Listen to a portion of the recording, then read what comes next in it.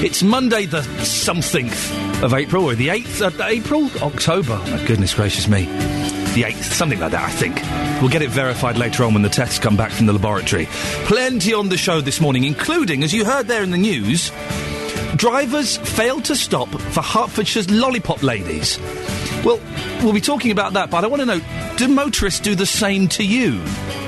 Also, timetables changed today for the 3 counties trains. Why? All will be revealed in the next half an hour. And after Gary Barlow storms out of the X Factor, I'm asking, what have you walked out of?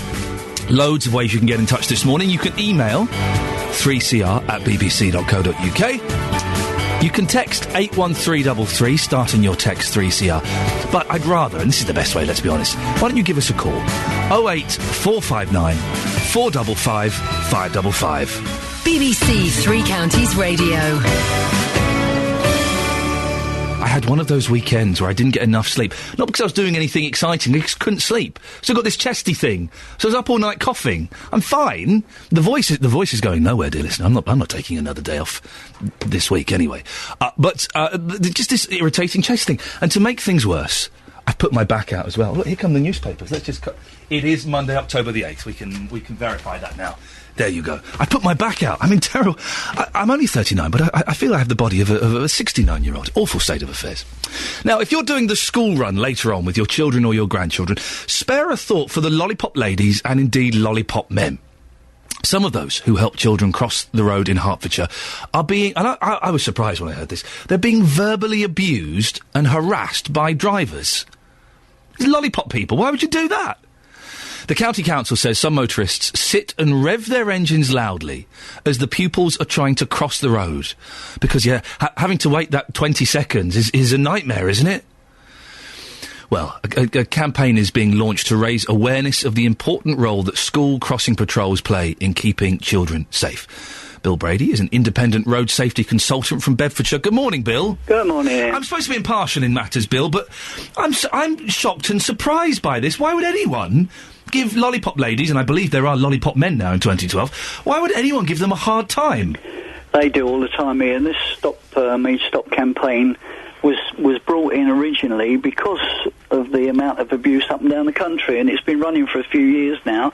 And bring it in because if you do something all the time, it loses its value, doesn't it? So do it once a year, just to remind drivers that these people are out there. If you think of it, what a job. You have to get up early in the morning, go out and do maybe an hour, go back home, try and fit in all your shopping and that, and come back again to be there for the afternoon for the kids coming out again. What's the going rate for a lollipop person? I can't believe they make a fortune. No, it varies completely up and down the country. It's usually over the ordinary average wage, the lower wage, but it's not a very high amount of money. Bill, have you got any examples of the kind of things that the lollipop ladies, and I feel awkward saying lollipop men, but the kind of abuse that they've suffered? Oh, loads of abuse. Certainly in the area where I mainly looked after these people when I was a road safety manager, we've had cans thrown off of buses at them, we've had bags of chips thrown out of buses. We've had drivers who've nudged right up behind their knees and tried to push them out of the way. All sorts of abuse which you wouldn't take if you were, if you were an ordinary person. Bill, I'm scratching my head here. Why would anyone do that? They're helping kids, little people, cross the road. What's the problem? Well, the strange thing is that you would think that the people who do this are the people on the way to work who feel they're being held up. A lot of them that do it are the people who are actually on the school run themselves. No, really? Oh, yeah. That's insane. The amount of times that I was called out to mums who would actually park right on the edge of the curb where the patrol was trying to cross the children. So this campaign, Bill, Stop Means Stop, it involves wearing tabards. Are tabards really going to help? Well, certainly they seem to do. I was one of the people in the country who actually got them first wearing tabards. There was a few counties that did it. And it just changed the driver's perception for a week a year. Mm. They suddenly saw something different. And this is the thing with all human beings, isn't it? You get into a sort of a pattern. If it changes, it makes you think for a little while. But if you keep that change for too long, then it becomes normal. In the last year in Hertfordshire, Bill, 5 drivers have been prosecuted for failing to stop. All get it's 3 points on the licence and a fine of up to £1,000, isn't it? It is, yeah. It sounds like a pretty strict punishment. Perhaps people aren't aware that is the punishment. I think a lot of people are aware, right. Especially if you read your highway code, which, obviously a lot of people don't. But the strange thing is, if you think of it, how big is Hertfordshire? Big county? Yeah. 5 prosecutions in 12 months. It's not a lot, is it? No. You think more should be done? Yeah, we're always on... resources are stretched with everybody, including police. But the trouble is, a lot of these incidents, other people won't go witness, so it's the patrol against the motorist, and 9 times out of 10... there's the CPS to say it's not worth taking a prosecution. Bill, I have the greatest respect for lollipop ladies. I remember when I was a child going to school, it was always a joy to see my lollipop lady. We'd hold her hand and we'd cross the road and stuff like that. Can I say, though, I am slightly disappointed when you see them at pedestrian crossings with traffic lights. That's a little bit pointless, isn't it? Well, yeah. Certainly in Bedfordshire, I took them all away from Pelican lights. Oh, good for you. Well done. So we just left them on roads where there was nothing else, or maybe occasionally a zebra. But doesn't it say something, Iain, when it's not even safe enough to walk across a zebra without having a crossing patrol reinforced? That's incredible. Bill, final question. You know the lollipop lady's sticks? Yeah. You know the black line in the middle? Yeah. Could you tell my production team what that black line is for, please? Originally, it was to write down the number of any cars that offended. Thank you, Bill, because I told them all that this morning. They're supposed to have a little bit of chalk in their pocket, and then they write down the number plate. And I told my team this morning, and they went, yeah, OK. But I'm glad you verified that fact, Bill. Thank you very much indeed. And listen, best of luck with the campaign. All right. Yeah. There you go. It's Bill Brady, who's an independent road safety consultant from Bedfordshire. The black strip on the lollipop lady signs, they were supposed to write down the number plate of naughty drivers. I find that incredible. Now listen, I'm guessing we might not have too many lollipop ladies or men listening today. If we do, and you want to call in, you'll jump straight to the front of the queue. But I think we need to widen this slightly. And as a pedestrian, as someone who crosses the road, have you noticed drivers not giving you the respect that perhaps you deserve? I have seen some terrible driving at zebra crossings where people just go straight through. Oh, the person's halfway across, I'll go straight through. No, you wait until they're on the other side of the road in case they change their mind or they fall over. So, as a pedestrian, could you give me a call and let me know examples of where you have felt threatened by drivers? 08459 455 555. And if you're a lollipop lady or indeed gentleman, please give me a call so we can salute you and the good work you do. David Blaine's been stuck. I don't get David Blaine. He used to be a magician. Now he's just a man.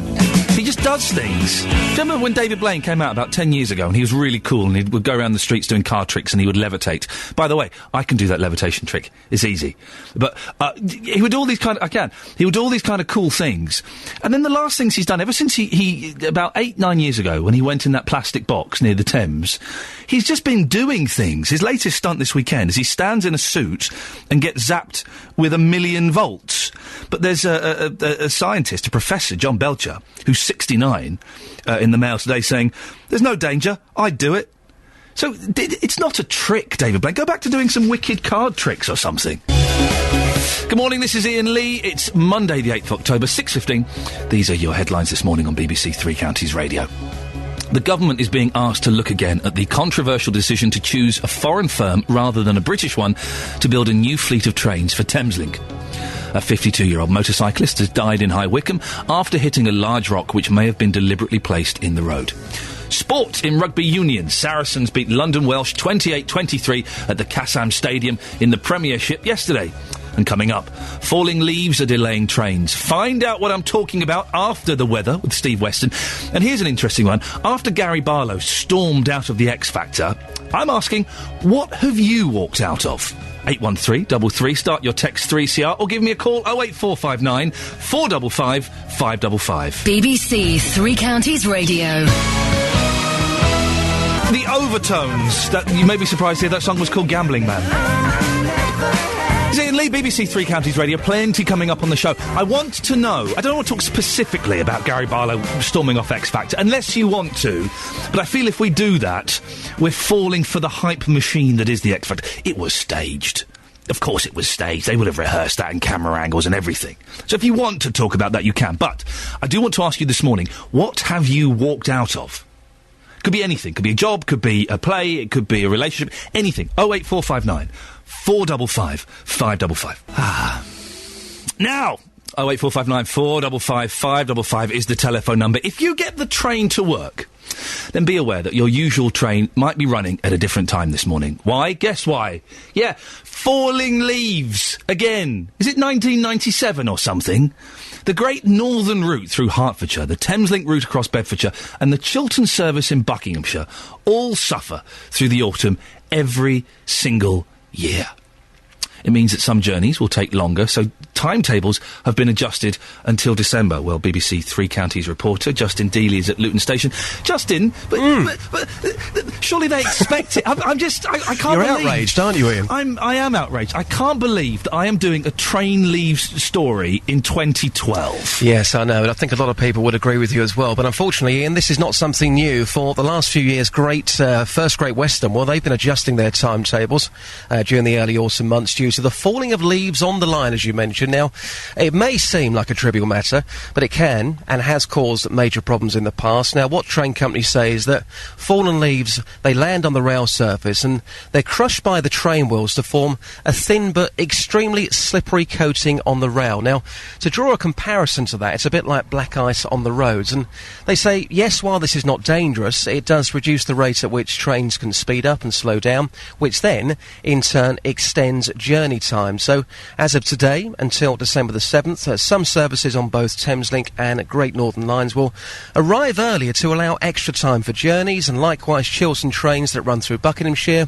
they will also run a revised timetable, but there are no changes to Virgin services, which does make you wonder, well, if they aren't changing the services, why are the others? What train services are going to change, Justin, do you know? Well, the full timetable comes into effect as of this morning, and in most cases, thankfully, we're only talking here about a couple of minutes, but a couple of minutes at this time of the morning can seem like an eternity to some people. So, for example, if you were getting a train here from Luton Station, which would usually leave at 6:34, it will now go at 6:32. So we're talking a 2-minute difference there. And these are if you don't know that, and you turn up, you know, your morning is timed, so you get there 60 seconds before, you've missed your train. Well, I did this many, many years ago. I commuted into London, and even if the train was changed by a minute, that will make a big difference. You can only hope that they have been giving out information. So services where timetables will be brought forward, we're talking on the Thameslink line here, the Bedford to Brighton service, which of course runs through many towns here in Beds, Herts and Bucks. To give you a few examples, Flitwick, Harlington, Lee, Grave and Luton. The Great Northern routes, the Spalding to King's Cross service, lots of them here. A few again, Royston, Ashwell and Morden, Baldock and Letchworth.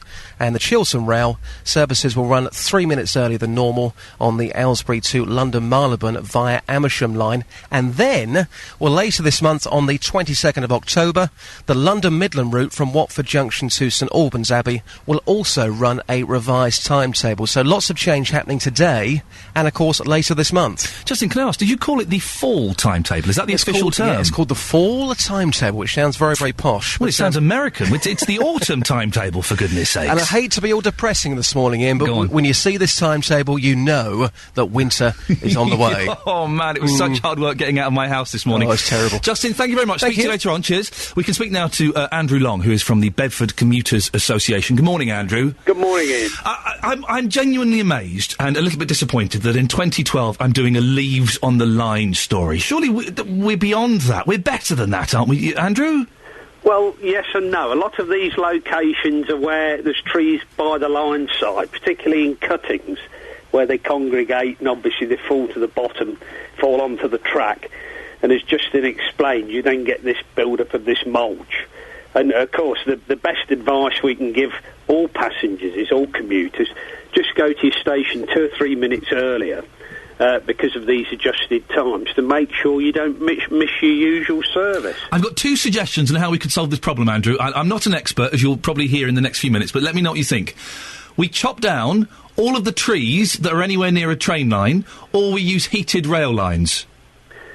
In terms of cutting trees down, I believe Network Rail do trimming. Right. Of course, it's an environmental issue. Now, chop them all down. If they're slowing trains down, chop them all down, Andrew. In the spring, of course, you've got birds nesting, other things.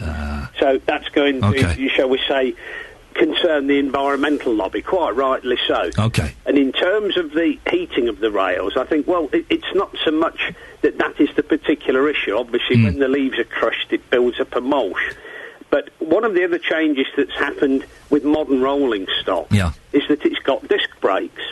And the old British Rail type rolling stock had what they called clasp brakes, and the brake blocks ran on the rim of the wheel. Now, on a disc, they don't. They run on the face of the wheel like a car. Right.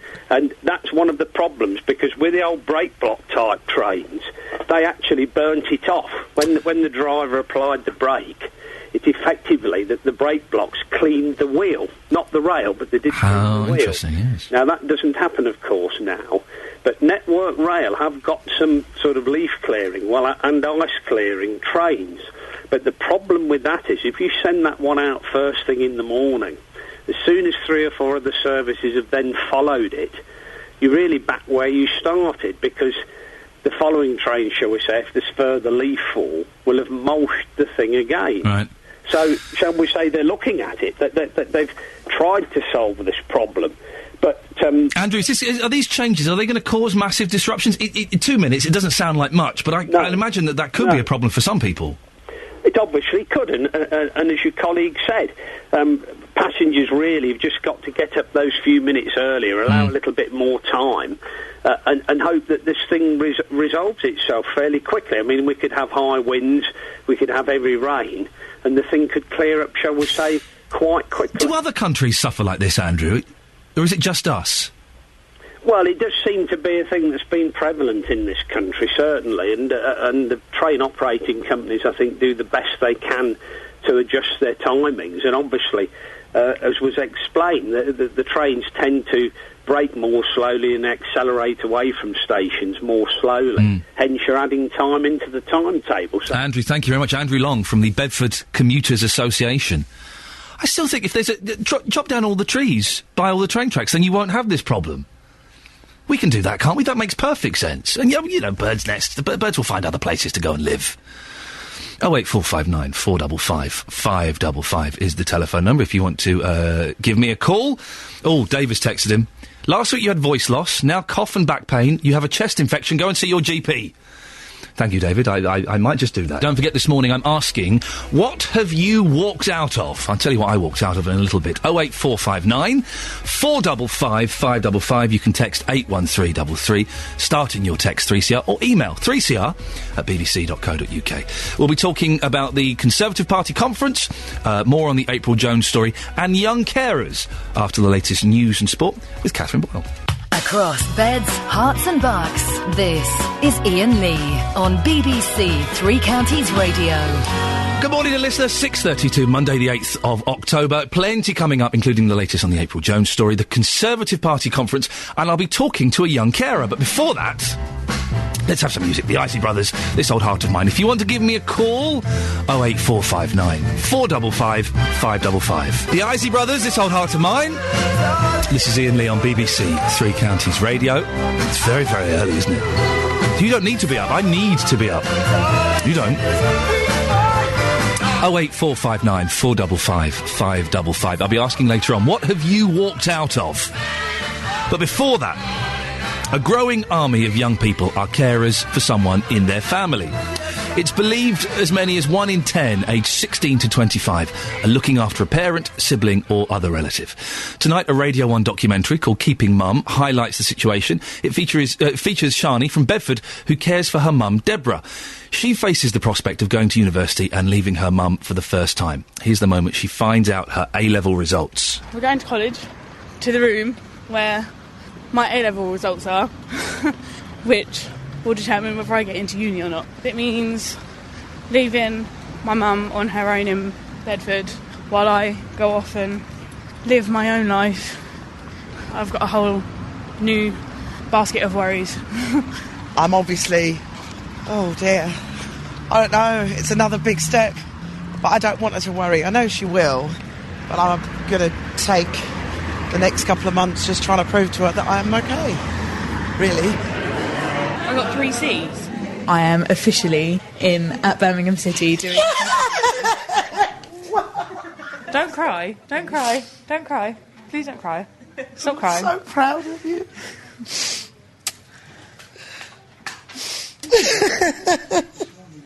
Well done. Well, she's got me a Skype account. And she wants me to carry the laptop around so she can check that everything's okay in the flat. And that she can actually see me, because obviously I can say that I'm fine and I'm not. Whereas if she can see my face, she'll know if I'm lying. I'm going to be worrying about her. I'm not going to be here to nag her, make sure she's okay, and be in control of stuff that maybe Mum can't take on. But we're going to have to manage somehow. I'm going to be fine. OK, I'm going to have a bit of a meltdown for a few days, but I'm going to be fine. I'm going to be fine. Well, Dylan Cameron is 12 years old and cares for his mum. He's here with Martin Hill from Carers in Hertfordshire. Good morning, gentlemen. Good morning. Dylan, I've warned you, no swearing this morning, please. Yeah. Is that okay? Yeah. Okay, I'm watching. Dylan, you look after your mum. What's wrong with your mum? She's got ME and chronic fatigue. Right, and how does that affect her? Well, she can get viruses really easy, so she can get quite sick quite easy. And she's always tired, so she can't do as much and be walking around like a lot of people can. Mm. So what sort of stuff do you have to do for your mum? Well, like, sometimes when she'll need some food, I'll have to get up and make it, and she'll want tea and things a lot as well, and I'll be up and around doing some stuff for her. Are you ever like, oh, Mum, come on, I'm playing Xbox? Yeah, probably. Really? Like every person sometimes. Yeah, of course, you're 12 years old. You're allowed to be like that. What game are you playing at the moment? Best game I'm probably playing at the moment is Halo Reach. Ah, it's good, isn't it? Anyway, Yeah. sorry, back to focus on this. Yep. So do you have to help Mum with other stuff, like getting dressed, or can she do that, or...? She usually gets herself dressed, or my dad, Dan, if she needs anything as well, when Yeah. I'm not around. If he's not at work, he'll usually help look after. He's my stepdad. Okay, and does he live there? Sort of. He has a room in another house as well. Right, okay. With two ladies, but he generally stays with us a lot. Okay. And do you get any support for your help with Mum?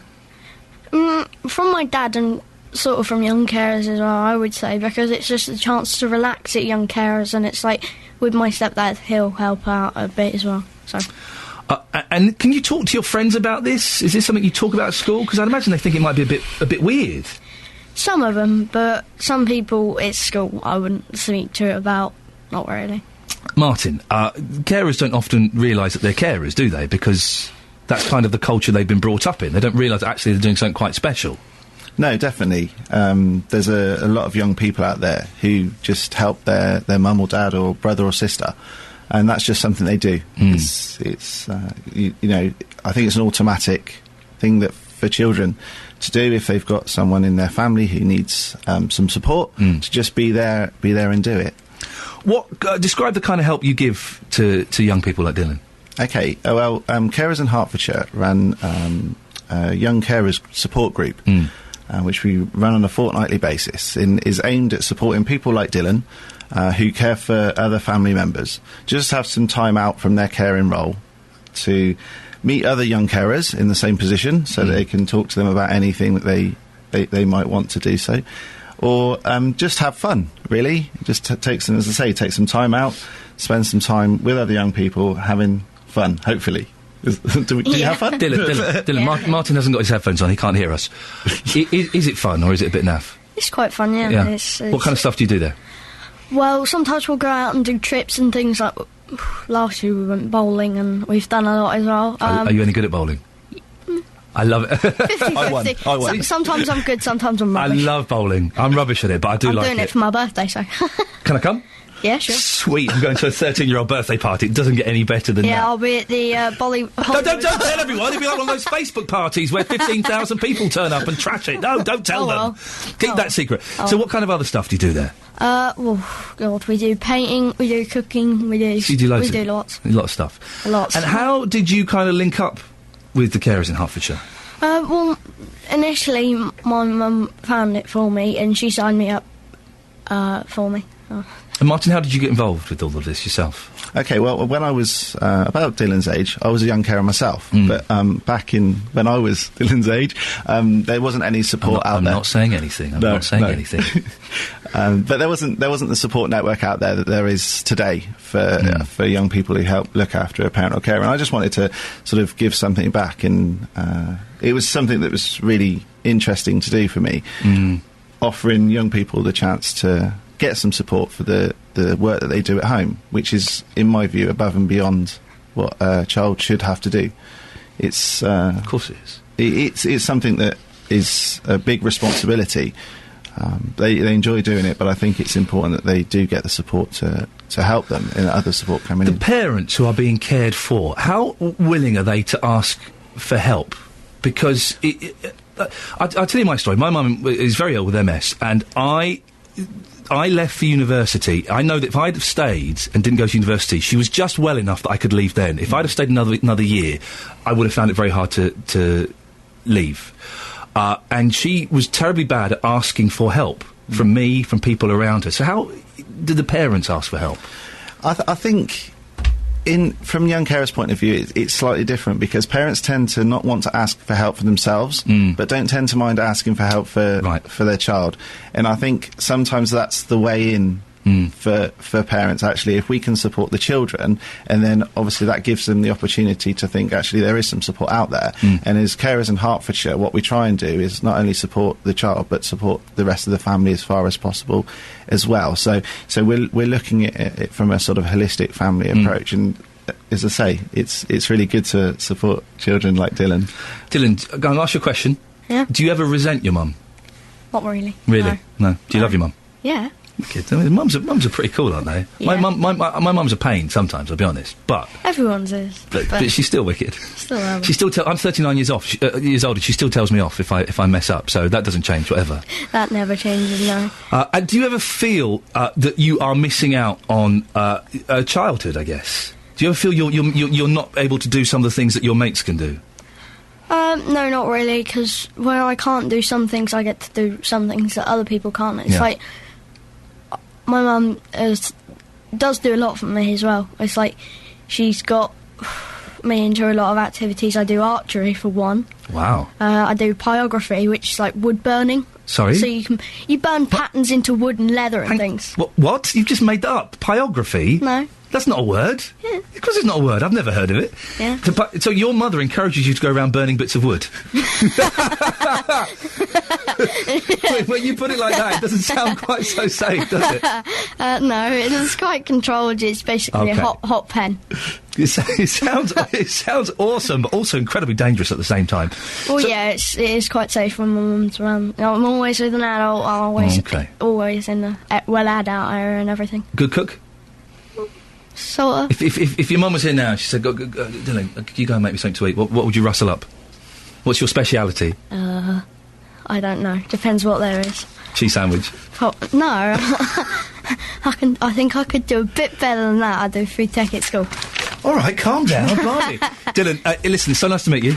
Best of luck with what you're doing. Lots of love to Mum. Yeah. And Martin, thank you very much for coming in and keep up the good work you do. It's Dylan Cameron, spelt D-Y-L-A-N. I should let everyone know, because he's stormed in. He's had a little diva hissy fit. They've spelt my name wrong. And Martin Hill from Carers in Hertfordshire. You can hear the Radio 1 Stories documentary Keeping Mum tonight at 9pm, BBC Radio 1. 6:45, Monday, the 8th of October. These are your headlines this morning on BBC Three Counties Radio. The government is being asked to look again at the controversial decision to choose a foreign firm rather than a British one to build a new fleet of trains for Thameslink. Plans to cut a further £10 billion from the welfare budget by 2017 will be set out by the Chancellor George Osborne at the Tory conference today. In sport, Luton Town will learn their first opponents in this season's FA Cup later this morning, when the draw's made for the fourth qualifying round. And coming up, I'll bring you the latest on the disappearance of April Jones, the 5-year-old who went missing in Wales. BBC Three Counties Radio.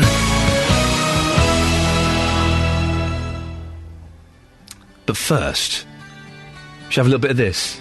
Why not? Be rude not to. Boston, More Than a Feeling. Boston, More Than a Feeling. Good Morning, this is Iain Lee, BBC Three Counties Radio. Plenty coming up throughout the rest of the show, here until 9 o'clock. Don't forget, I want to know, when was the last time you walked out of something? What have you walked out of? Could you let me know? 81333, starting your text, 3CR, or give me a call, 08459 455 555. Now, it's a week today since the disappearance of the 5-year-old schoolgirl April Jones, who went missing from outside her home in the Welsh town of Machynlleth. Later on this morning, 46-year-old Mark Bridger will appear in court charged with her murder, as well as abduction and attempting to pervert the course of justice. At the same time, the police search for April will continue, with 100 specialist officers now involved in the operation to find her. Our reporter, Gavin Lee, is in Aberystwyth, where Mr Bridger's appearing in court. We can speak to him now. Good morning, Gavin.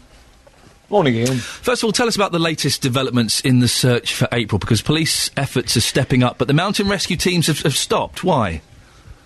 Yeah, well, the police are saying the mountain rescue efforts have had to stop because the search and rescue teams have really exhausted their skills that they're best suited to, because throughout the whole week they've been based a few miles from here. I'm in Aberystwyth, as you say. Machynlleth is only 15 miles or so from here, and they've been based at the leisure centre there, coordinating the searches in the mountains, in the River Dovey as well.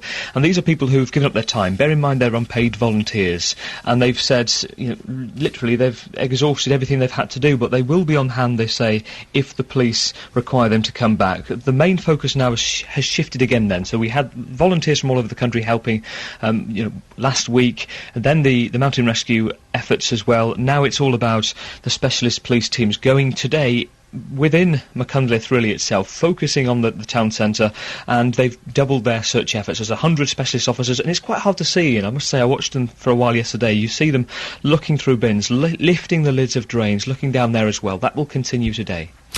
Powerful image yesterday of so many people standing together, parading through the streets of the town to show support. Can you tell us about that? Yeah, well, because before the church service, the godparents, as some of the family members, asked as many people who wanted to come to be united together, to come to the estate where the family lived, to walk to the church service together. And to see that was breathtaking, because you have this very small town surrounded by beautiful countryside, and there's only about 2,000 people in the town, and there were hundreds upon hundreds who were walking together, very quiet, slowly, with so many people in pink T-shirts, pink ribbons, pink bows, this colour that's become united in the search to find April. And I must mention also, I was on Friday Birmingham and on Saturday in Blackpool. Both of these places I saw groups of people walking around with T-shirts with April's image on, and underneath written, have you seen this girl? So they're huge, not just in Machynlleth itself, but, UK-wide show of support by people. Very quickly, Mark Bridger, the man in court today, he faces 3 charges in connection with her murder, doesn't he? Yeah, well, the CPS, the Crown Prosecution Service in Wales, believe that they have enough evidence to continue the judicial process in court today in Aberystwyth. He's charged with murder, abduction, attempting to pervert the course of justice, so they believe and they allege that he is blocking the investigation. I must say, at the same time, at 10 o'clock this morning, the police investigation starts a few miles away, as I say. 18 specialist police teams working 1 week on to try to find April. Gavin, thank you very much. Gavin Lee, our reporter in Aberystwyth, on the latest on the April story. Now, it's the start of the Conservative Party conference, which means most of the 3 counties' MPs are in Birmingham. Let's speak to 25 Lucia Hodgson from Milton Keynes. She works for 2 MPs and is attending the conference for the first time. Good morning. Hello. Why are you going to the conference? Well, as you just said, I work for 2 MPs, so I'm very busy, and I'm here to support one in particular who's speaking at quite a lot of events at conference this year. Now, it's your first conference. What kind of things are you expecting? Well, I'm here really, hopefully, to learn an awful lot. There's so many things going on, and I do research specifically in early years intervention, and I'm really hoping to go along to a lot of the things run by kind of For Children, Save the Children kind of things, addressing that area. So I'm hoping to learn a lot and just soak it up, really. What does early intervention mean, Lucia? It means kind of shifting the focus away from the nursery years to look at the very earliest years, 0 to 2, and kind of introducing things that readdress the relationship between sort of a baby and their caregiver, specifically when there's problems in the relationship, basically. Hey, you know that some people don't read to their babies? Don't you find? I find that amazing. They don't read to babies because they won't get it. Of course they'll get it. Well, yeah, and this is kind of one of the even very basic things that early intervention is about. And, reading to a baby increases its vocabulary when it's older by kind of an amazing kind of percentage. And so, looking at things like that, basically. I wish everyone would present their cases like that, with your stats, an amazing percentage. But amazing percentage. But it's true. It seems obvious to me. How is the research being presented? What's happening at the conference? Well, it depends what kind of event you're going to, but a lot of the fringe events that I'm going to, you'll have kind of 3 or 4 speakers on a panel. For example, later I'm going to an event with Graham Allen, who's a Labour MP, along with kind of a couple of charities. And it depends what's going on for them. They might present findings of a new report. They might just state the case for early years intervention or another research area if it's something different. Is this research, I mean, to me it seems like common sense, but obviously it isn't, because a lot of people aren't doing kind of the stuff that I guess you're alluding to. Is this going to have any effect on government policy? Well, actually, hopefully, the government will turn their interest more towards the early years. There is an early years intervention grant, and obviously my job and other people with an interest in early years intervention will be calling for an increase or better use of the early years intervention grant. Have you been told what a Tory party conference is like, Lucia? Yes, I've been warned. What stories have you? I've been to all of the conferences one year, and they were quite eye-opening. Yeah, I mean, I think from what I can tell, it's a chance for a lot of people to let their hair down at the end of the day. But I, of course, am here to work, so... Oh, come on. You're 25, Lucia. You're going to be doing what everyone else is doing. I'm not going to say what that is, because who knows? But what is that? I don't know. There is kind of a party atmosphere. After 7 o'clock, the bars are quite packed, aren't they? Fairly, yeah. And I think it's, like I said, it's a chance for people to let their hair down. But also, I mean, I'm really new, so for me it's a good chance to get to know people and kind of make some friends as well. Going off on a tangent, the Chancellor George Osborne wants to make it harder for under 25s to receive housing benefit. You're 25. What do you think of that idea? Well, I'd probably have to read more about it before I comment on it. So I'm not too sure about that, I'm afraid. OK, it's going to be the hot topic at the conference, so I suggest you go and read on it. Well, it's early enough to, so I'll turn on it. Lucia, thank you very much for coming on. Thank you. Good luck. There we go. It's Lucia Hodgson from Milton Keynes, who works for 2 MPs, and she's attending the Conservative Party conference for the first time. I've been to those conferences, and yet they are kind of dull in the daytime, if I'm completely honest. But in the night time, it all kicks off. There's all kinds of parties and bits and pieces and things going on. It's a strange environment. Shall we have a quick look at the front pages of the newspapers before we go to Catherine and see what's happening? The Guardian. And this is what we were talking about just there with Lucia. Osborne seals deal for £10 billion welfare cut. Tories claim Lib Dems have agreed to plan provided rich are targeted next. And one of these big things is stopping housing benefit for the under 25s. Now, if I hadn't have had housing benefit when I left college, I wouldn't have been able to live in London. I wouldn't have been able to follow my career of choice, and I would probably not be sat here this morning. I owe all of these chain of events to being able to sign on, get my job seeker's allowance, and having housing benefit under the age of 25. And I've more than paid back in taxes what I took out. Let's have a quick look at the Times. Go green or we quit, firms tell Osborne. Energy chiefs threaten to cut UK investment. There's a picture as well of the search of the parade in Wales to show solidarity for April Jones and her family, and tax breaks found at the bottom of the sea. I'll have a look at that later on if I can be bothered. The Independent. Welcome to the Nasty Party conference. Mass rally of Tory members to protest against gay marriage. Conservative leader backs reduction in abortion time limit. George Osborne to slash welfare spending. And vaccine breakthrough may mean no more badger culls. The Daily Telegraph. Boris goes to battle for the ignored middle classes. And there's a picture of Samantha Cameron. I have to say, you ever get an odd crush? I've kind of got an odd crush on Samantha Cameron. I know. I had a similar odd crush on Cherie Blair. I know. Maybe we'll do that one day. Odd crushes. The Daily Mirror. BBC snubs Cameron over Savile sex abuse probe. PM's call rejected as 2 more stars speak out. Basically, David Cameron wants the BBC to do an investigation. The BBC are handing it, I think, all over to the police. The Sun campaign strips Savile of Sir. The Daily Express. Isn't it interesting how last week we were talking about what if, maybe, and now it seems pretty certain that Jimmy Savile did these things. Tories to launch war on work shy and jobless with big families could lose benefits. Those are your front pages.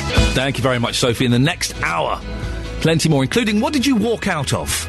I'll tell you my story in a little bit. 08459 455 555. More after the latest news and sport with Catherine Boyle. Let me just set the record straight there for a second.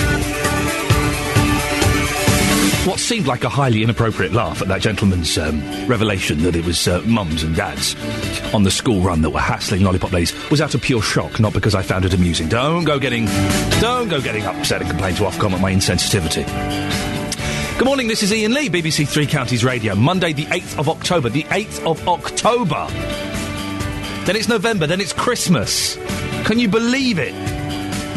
Plenty coming on the show this morning, including Hertfordshire's lollipop men and women are being verbally abused by drivers. Are you, as a pedestrian, have you been hassled by drivers? Are you finding them less patient? 08459 455 555. Your train to work may be a couple of minutes earlier than usual today. Why? Find out in the next half an hour. And did you watch Strictly Come Dancing over the weekend? I didn't bother. I didn't need to, because 10-year-old Gracie from Stevenage did, and she's going to give us her verdict a little bit later on. BBC Three Counties Radio. I did watch that Beatles documentary about the making of Magical Mystery Tour. It was a fantastic documentary. I didn't think there was any more unseen Beatles footage, but there was. But it was also a bit of a con, because it made you think that Magical Mystery Tour is actually a good film. It's not. It's not. It's unwatchable. It's awful. Terrible. Badly made. It's awful film. But the documentary made you think, ooh, I might watch that. It's awful. Also, X Factor on the weekend. I didn't watch it, even though my friend Mel is on it, but I didn't watch it. Gary Barlow stormed off in a spontaneous display of anger. Come on. You know, these things are put in to make it more dramatic. But I want to know, what have you walked out of?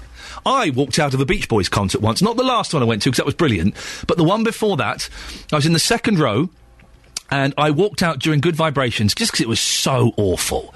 There was one Beach Boy in there. They had the gall to call themselves the Beach Boys. And I said to my wife, do you know what? I can't stomach this. I swore, but I said, this is awful. And we walked out of the Beach Boys. And very expensive tickets as well. Oh, they were expensive. What have you walked out of? 08459 455 555. Now, if you're doing the school run later on with your children or your grandchildren, spare a thought for the lollipop people that you see. Some of those helping children cross the road in Hertfordshire are being verbally abused and harassed by drivers, or the drivers are failing to stop. Last year, 5 motorists were prosecuted for failing to stop. All received 3 points on their licence and were ordered to pay fines and costs of as much as £1,000. Now the County Council is starting a campaign to raise awareness of the important role school crossing patrols play in keeping children safe. Earlier on, Bill Brady, independent road safety consultant from Bedfordshire, told me about the sort of abuse that the workers encounter. We've had cans thrown off of buses at them. We've had bags of chips thrown out of buses. We've had drivers who've nudged right up behind their knees and tried to push them out of the way. All sorts of abuse which you wouldn't take if you were, if you were an ordinary person. Bill, I'm scratching my head here. Why would anyone do that? They're helping kids, little people, cross the road. What's the problem? Well, the strange thing is that you would think that the people who do this are the people on the way to work who feel they're being held up. A lot of them that do it are the people who are actually on the school run themselves. No, really? Oh, yeah. That's insane. The amount of times that I was called out to mums who would actually park right on the edge of the curb where the patrol was trying to cross the children. It was a laugh out of shock, dear listener. Well, Terry Juris is from Hertfordshire County Council. He joins you on the line now. Good morning, Terry. Morning, Ian. Terry, what exactly are drivers doing? What examples have you got? Well, I think that there's a range of examples. Some drivers are abusing the lollipop people. Some of them are actually driving around them when they're actually crossing, and that brings danger to the children and indeed adults as well.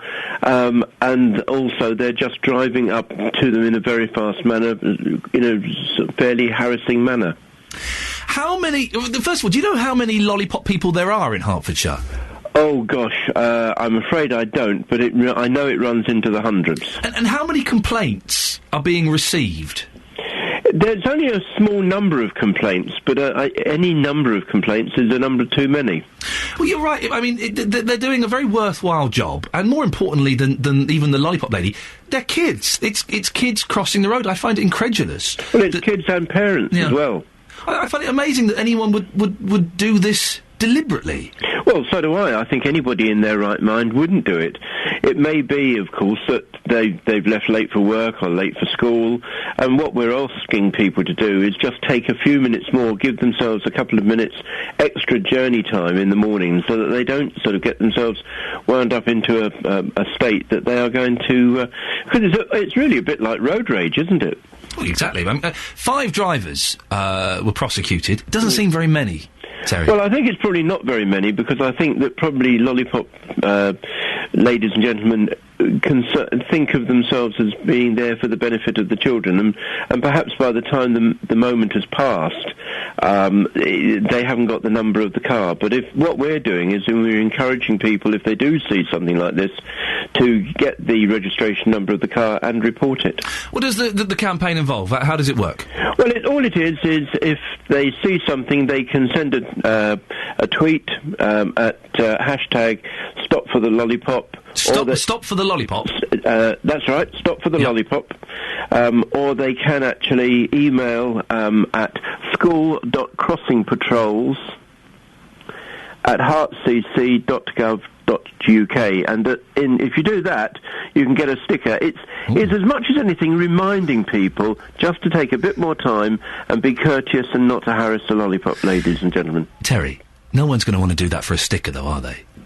Well, you never know. I mean, listen, I'd love a sticker, my little boy would love a sticker, but that's not going to prompt me to go, I saw someone driving fast towards a lollipop lady, there's a sticker on the ground. Don't you need more of an incentive than that? They're not going to do that for a sticker, but they are going to do it if they think that their child might, if they were crossing the road, and I know of a child where the driver perhaps was a wee bit close, just nudged the child and the child fell over. It happens. That's the problem.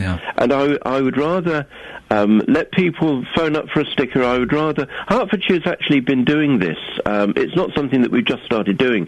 We've been doing it for about the last 10 years, both ourselves and within the east of England. And it's the very fact that there's only a very few number of people prosecuted is a testament to the success of it. But it's hang on. Terry, is it a testament to the success of it, or is it showing that the whole system is failing? It could be read the other way, couldn't it? That not enough people are getting caught. Well, you can only be caught if you're reported or seen. We heard that from a gentleman earlier on that perhaps part of the problem is that the lollipop ladies, they kind of think, well, there's no point in me complaining about this because nothing's going to be done. It's my word against theirs. Is that a problem?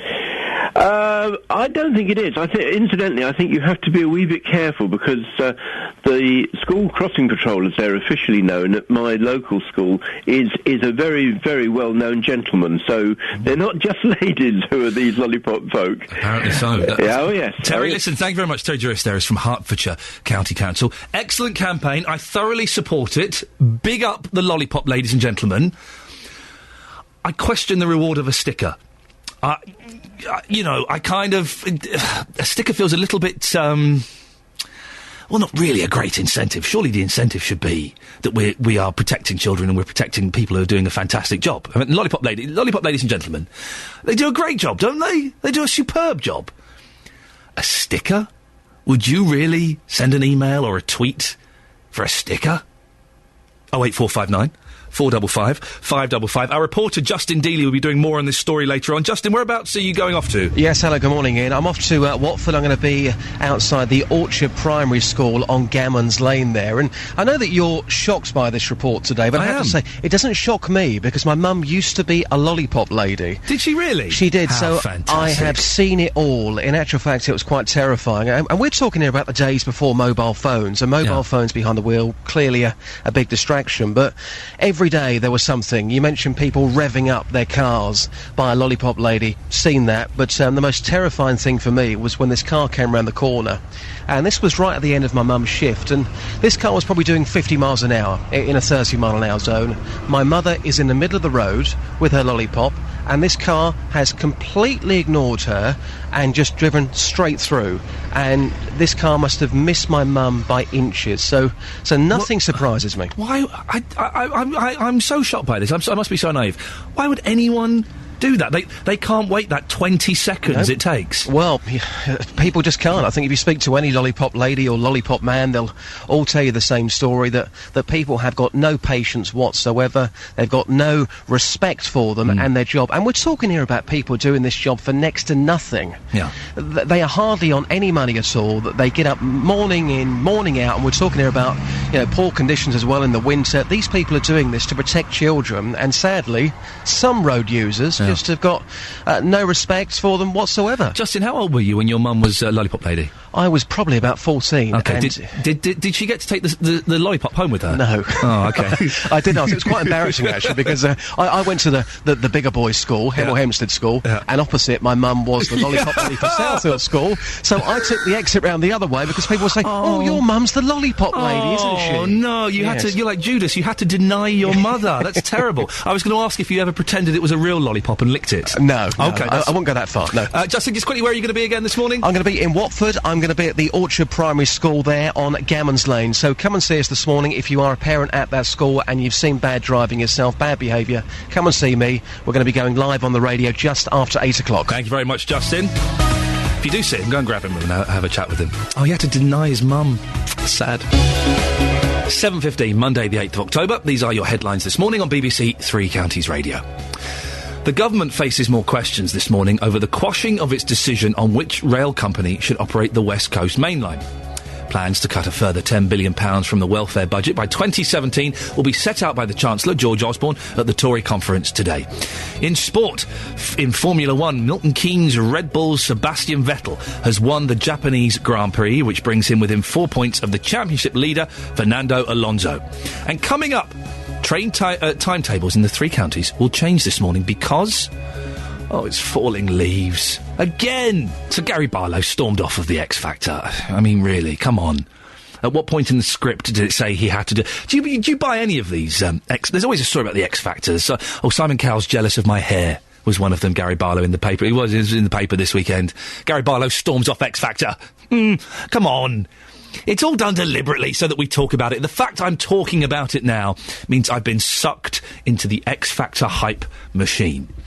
But I do want to know, what have you walked out of? It can be anything. A job, a film, a concert, a play, a conversation, a bus ride, anything. You can text 81333, starting your text 3CR, or you can email 3cr@bbc.co.uk, or you can tweet, as Ellie B has done, at BBC 3CR. Hers is quite a serious one. I walked out of a film shown to us when we visited Dachau concentration camp. It was graphic and the reality hit home. Helen from Harpenden. I'm intrigued. I want to know more, and I'm going to make a guess. I walked out of a school meeting with my daughter once. We live in Harpenden, and some very posh parents started making fun of the newspaper I was reading. I was so mad. The Sun? Not the Star. Helen, you don't read the Star, do you? What newspaper was it? The Mail? No, they probably like the Mail there. And Steve C. from Luton has a history of walking out. Both of these things I agree with. I walked out of Carry On Columbus at the ABC in Luton. Do you remember that? It was the first new Carry On film in about 15 years. 1994, was it, I think? After waiting so long for a new film, it was just not funny. Shame on the makers.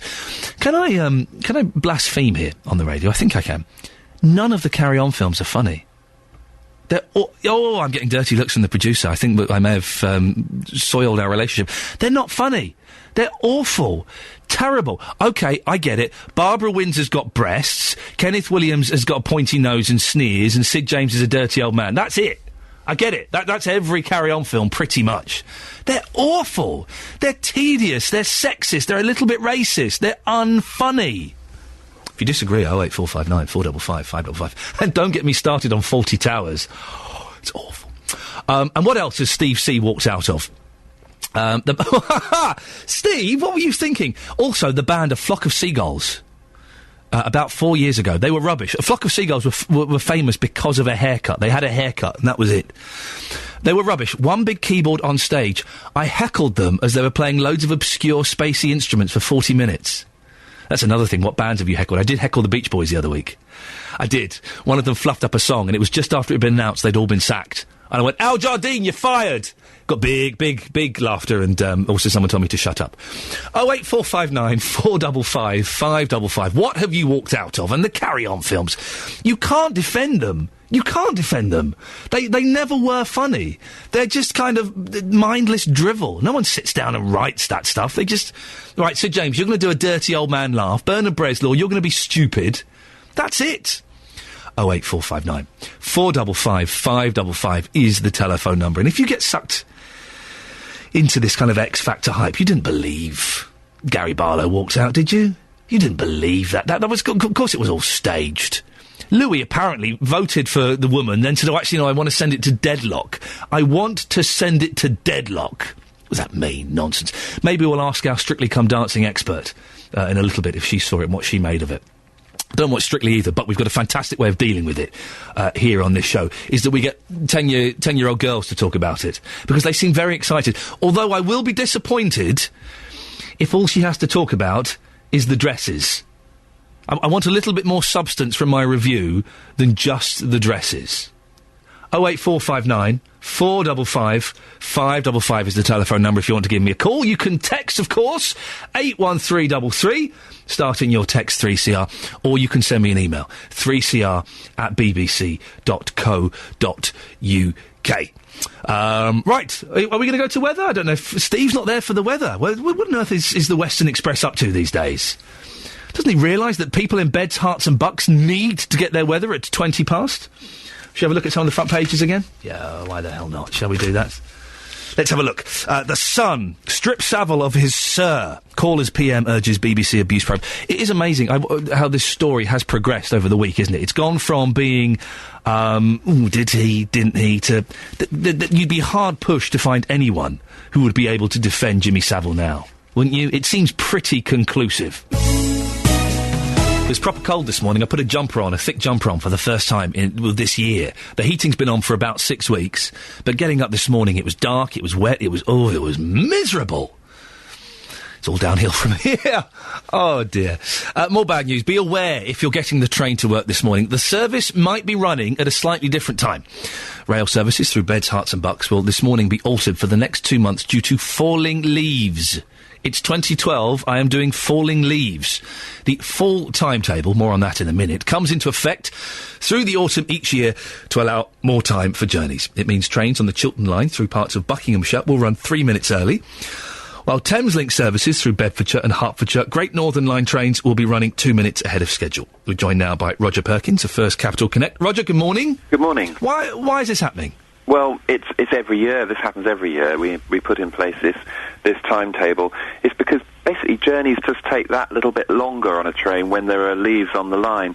I remember before I joined the rail industry, I could hardly believe that leaves could slow down, a train weighing many of tons, but it's precisely because they weigh so much. What happens is you get wet leaves, and it's the combination of wet leaves, rails, and heavy trains passing overhead with many thousands of pounds per square inch, and they crush the leaves into something. It's a very slippery coating. It's actually quite similar to either black ice or Teflon, but black ice on the road is probably the best description. But Roger, if you know it's happening every year, why on earth can't we do something about it? Well, we do. A Network Rail goes out. They have trains that clean the line. They scrape them as they go along. Our trains are fitted with sandboxes. You'll see little pipes next to the wheel, and they sort of put sand on the track, and that all helps with rail adhesion. But nevertheless, if you're riding on a train during the autumn, you can hear the wheels sometimes slipping, trying to gain traction. So they're still safe, but it takes us longer to get going with a train and longer to slow down, which is why... Is this good enough, Roger? It's a straightforward fact, unfortunately. It's what happens with trains and rails and leaves. Chop the trees down. Well, that does happen. Network Rail has a what they call a vegetation clearance, and as I said, they run these special trains as well. But you can do that so much, but inevitably there are an awful lot of trees along a very, very long sections of track, as you can imagine. And the leaves are, and during the autumn, it's inevitable they're going to get onto the rails. 2 minutes, I mean, to some people it's very significant. It doesn't seem that much extra on a train journey. What does that 2 minutes buy you? It's not. I mean, the reason why it's so important, though, is it's 2 minutes earlier. And if anyone is normal, like me, and you're a regular commuter, you do tend to turn up. You time your journey pretty closely. You know where to stand to get on the train in the right place. You know exactly when to leave your house, and you know exactly when to arrive. And if you arrive this morning and your train has left because it left 2 minutes earlier, you're going to be pretty annoyed, which is why we've been telling people, we've had posters and PA announcements at our stations. Obviously, we've been talking to you and to other people. So, you know, that's why. Why 2 minutes? 2 minutes gives us just that little bit extra time to make sure that the train can still arrive on time at its destination without impacting the rest of the timetable. Because if one train goes out of sync, it can have a knock-on effect right the way through the timetable. What services are changing, Roger? OK. Well, on Thameslink Bedford to Brighton, really very, very few. There are 3 that start from Bedford very early in the morning, 05:52, probably not early in the morning for you, 05:52. It's mid-afternoon for me. And, oh, yeah, exactly. And 06:12, and they run those 2 minutes earlier at Flitwick, Luton, Harpenden and St Albans, the very first and third one, and the second one calls 2 minutes earlier at Flitwick, Harlington and Leagrave. So that's quite straightforward, to be honest. I don't think it'll catch many people out. But on the Great Northern Route, many more trains. We've got 38 trains that leave between 2 and 3 minutes earlier.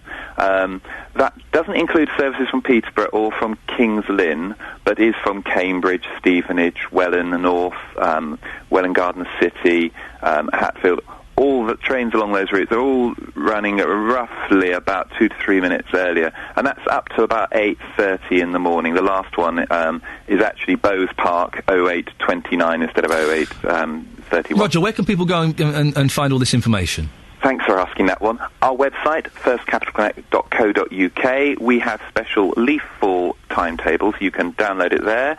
Or at the railway station, we have leaflets and, of course, posters as well. Now, I have to pick you up on something. This fall timetable, does it refer to leaf fall or does it mean autumn? It's leaf fall. Good for you. I was worried we were slipping into a hideous Americanism. No. I will take back that criticism I was about to throw at you. Roger, thank you very much for that. That's Roger Perkins of First Capital Connect. It's leaf fall. It's not fall as in autumn. He redeemed himself there. Been asking you this morning, what things have you walked out of? Ian, did I hear you correctly? You walked out of the Beach Boys. Why? What on earth were they expecting? They played 61 of their greatest songs, and most of them are over 70. They were great. Nick and Hitchin. No, Nick, you didn't hear me correctly. Because I said I sat through this entire concert, the last concert last week, 2 weeks ago, and loved it. It was when I saw them about 4 or 5 years ago.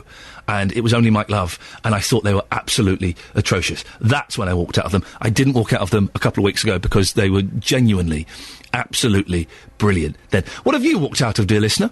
81333. Start your text. 3CR. Or you can give us a call, 08459 455 555. No one's been able to call in and defend the hideously unfunny Carry On films.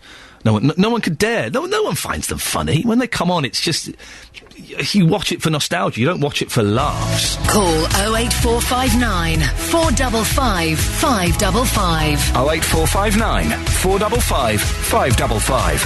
BBC Three Counties Radio. Wow. A full-on, proper argument with my producer about Carry On films then. It was all, if we were in the same room, it would have gone to fisticuffs. She thinks they are hilarious. This will probably be Jonathan's phone-in, I'd imagine, at 9 o'clock. I don't know for sure. I imagine JVS will be asking Carry On films, were they ever funny? I suspect so. He tends to listen to our big debates and nix them. But, oh, no, they were tedious. As was Fawlty Towers. as was Only Fools and Horses. Now, it's true. Not funny at all. Not funny.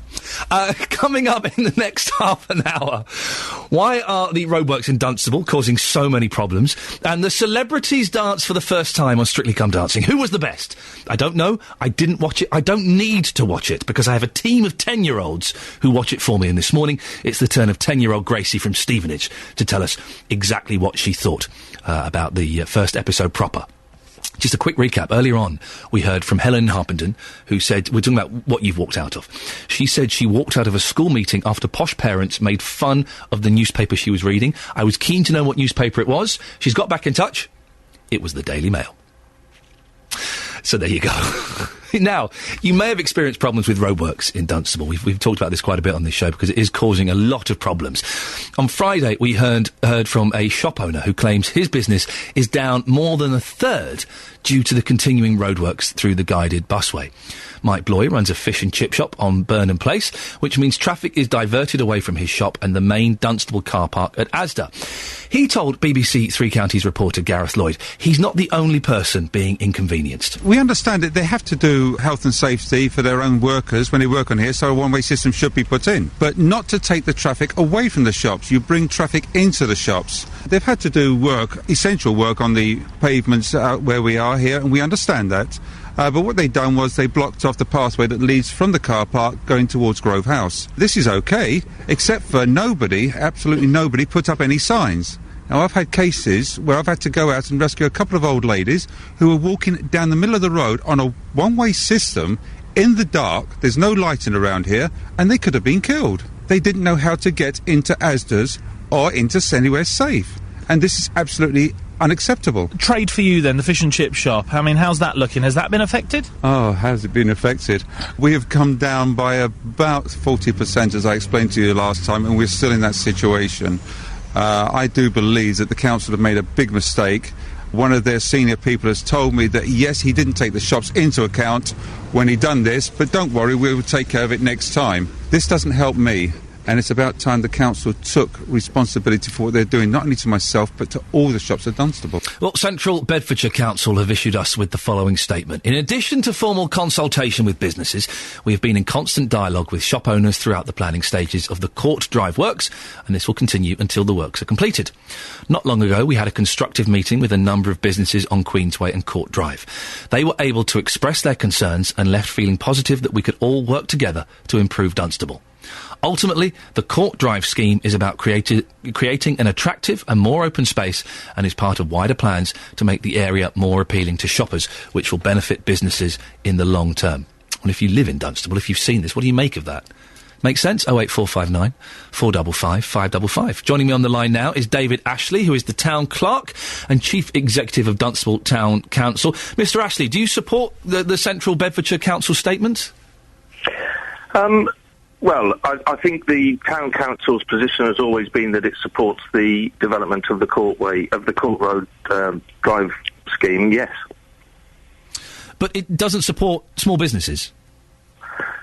The Dunstable Town Council supports small businesses, yes, and I think if you ask any of those small businesses, they will tell you that we've been incredibly supportive throughout the disruption that the roadworks have caused, but the Town Council itself it has to look to the long term, and it recognises that this road scheme and other road schemes that are going on in the town, they're part of a wider range of schemes that are going to have a long-term benefit on Dunstable. I think the future for Dunstable is very bright. That's if these small businesses can afford to stay open. You heard there from Mike Bloy, whose chip shop, the business is down 40% since June. That's incredible.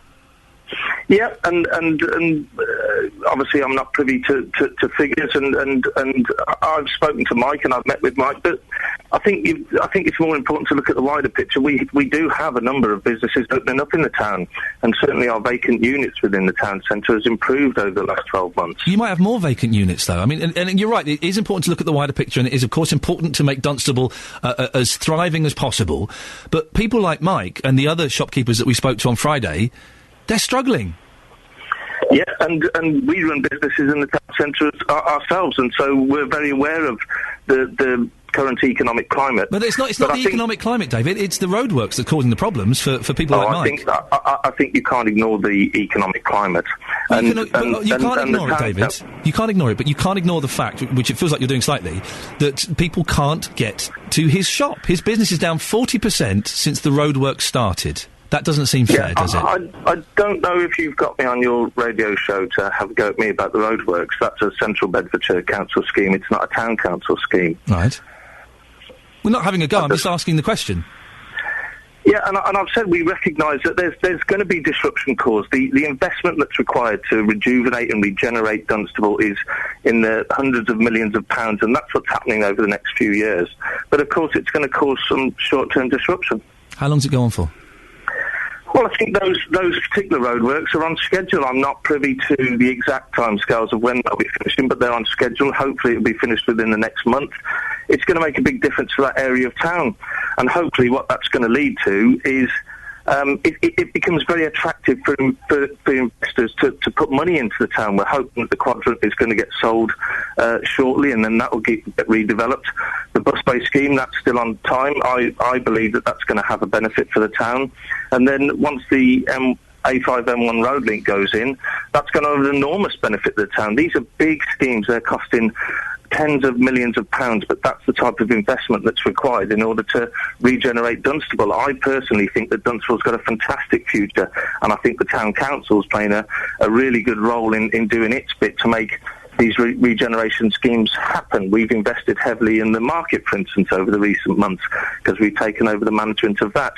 And our events programme that we put on throughout the year has brought loads of people into the town. I'm sure Mike of Mike's Fish and Chips would admit that our events programme has done his business a world of good. He had his record trading day during one of our events. With the situation regarding, Mike specifically, we did speak to other shops on Friday. His business is down 40% since June, since his roadwork started, which is terrible. What would your message be to Mike? My message to Mike is to hold on in there, and as I said, I've met with Mike, I've spoken with him, is to hold on in there. The specific road scheme that's affecting his business at the moment is going to be finished shortly. Once it's finished, it's going to make that area of the town look far more attractive, and we're hoping it will attract far more people into that area of town, which will have a benefit for its business. Dave Ashley, thank you, Town Clerk and Chief Executive of Dunstable Town Council. The advice to those businesses whose business is down 40% is hold on in there. Yeah, hold on in there. That's easy to do, isn't it, when your business is down 40% and you're struggling to make ends meet? When there is tough economic times, as David pointed out, and things are made worse by roadworks, which mean people can't get to your shop. Hold on in there. 08459 455 555. Now, if you've ever cared for a relative, you'll know how much of an impact it can have on your life. Well, it's believed as many as 1 in 10 people aged 16 to 25 are looking after a parent, sibling or other relative. Tonight, a Radio 1 documentary called Keeping Mum highlights the situation. It features Shani from Bedford, who cares for her mum, Deborah. She faces the prospect of going to university and leaving her mum for the first time. Here, Deborah explains how she and her daughter, Shani, plan to communicate while she's at uni. Well, she's got me a Skype account, and she wants me to carry the laptop around so she can check that everything's okay in the flat and that she can actually see me, because obviously I can say that I'm fine and I'm not, whereas if she can see my face, she'll know if I'm lying. I'm going to be worrying about her. I'm not going to be here to nag her, make sure she's okay, and be in control of stuff that maybe Mum can't take on. But we're going to have to manage somehow. I'm going to be fine. OK, I'm going to have a bit of a meltdown for a few days, but I'm going to be fine. I'm going to be fine. Well, now we can talk to Newsbeat politics reporter Dave Howard. Morning, Dave. Morning to you. Now, one of the young carers you featured is a teenager from Bedford, Shani, who's looked after her mum, who's clinically depressed. What was her story, Dave? Well, we actually visited Shani and Deborah on Shani's A-level results day. It's obviously a tumultuous day for any teenager going through that, but the very specific circumstances in their case are, yes, Shani wants to go to university, yes, she wants to get on and better her life, But also, both Shani and Deborah are petrified about how Deborah would cope with her clinical depression without Shani in her life, day in, day out, to help and support her. Shani says at one point in the documentary, I'm just not going to be there to help her, to give her a hug in the morning when she needs it. And I guess the point about that is, as with a lot of these kind of case studies you hear about in the news, it's, you know, personally a very difficult circumstance for them. It's also something that happens in a lot of cases around the country. Some academic research looking into the lives of young carers says that's very common, that sense of feeling torn between I want to do things for myself, but I feel guilty about getting away to do those things. We talk in the documentary as well about young adult carers being a hidden and neglected group. Now, why would that be? In some cases, they don't come forward, they don't talk about their home life because they're used to being bullied by peers, for instance, at school. They don't necessarily know that services might be available to them, so they don't come forward. In some parts of the country, there's no dedicated support services for young adult carers either. For example, in Bristol, we heard in Bristol from Karina Andrews. She's just turned 18 as well.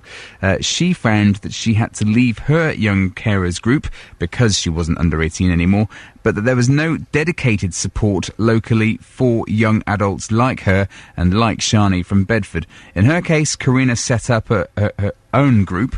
We caught up with them on a night out bowling. Along with all the issues that young adults get, university, their jobs, building relationships, moving house, all those things, you've got caring added onto that. More than anything, it's just a good excuse to get out of the house, have a laugh with absolutely no pressure. Loads of my friends don't live at home anymore, they're in serious relationships, stuff like that I just can't do. Some of my friends are actually finishing uni, which I cannot believe, makes me feel so old. I'm at the same place as I was when I left school, and that really upsets me. Now, a lot of these young carers will say to you, do you know what, I don't want to not look after my relative. Of course I want to look after my relative, but I also want to have the opportunities that other people my age would have. And charities say it's a particular problem that there's not specific support for that 18 to 24-year-old age group. Dave, we have to leave it there. Thank you very much. That's Dave Howard, who is the Newsbeat politics reporter, and you can hear that documentary later on this evening on Radio 1. 7:46, Monday the 8th of October. These are your headlines this morning on BBC Three Counties Radio. The government faces more questions this morning over the quashing of its decision on which rail company should operate the West Coast Main Line. The man accused of abducting and murdering 5-year-old April Jones will appear before magistrates in Aberystwyth this morning. In sport, the West Indies won Cricket's World 2020 after a 36-run victory against the host Sri Lanka. And your weather across Beds, Herts and Bucks. Cloudy with the chance of patchy rain, but becoming brighter in the afternoon. Top temperature is 12 degrees. And coming up, a professional review of Strictly Come Dancing by a 10-year-old. BBC Three Counties Radio. Put on your silly dresses and your string vests, it's back.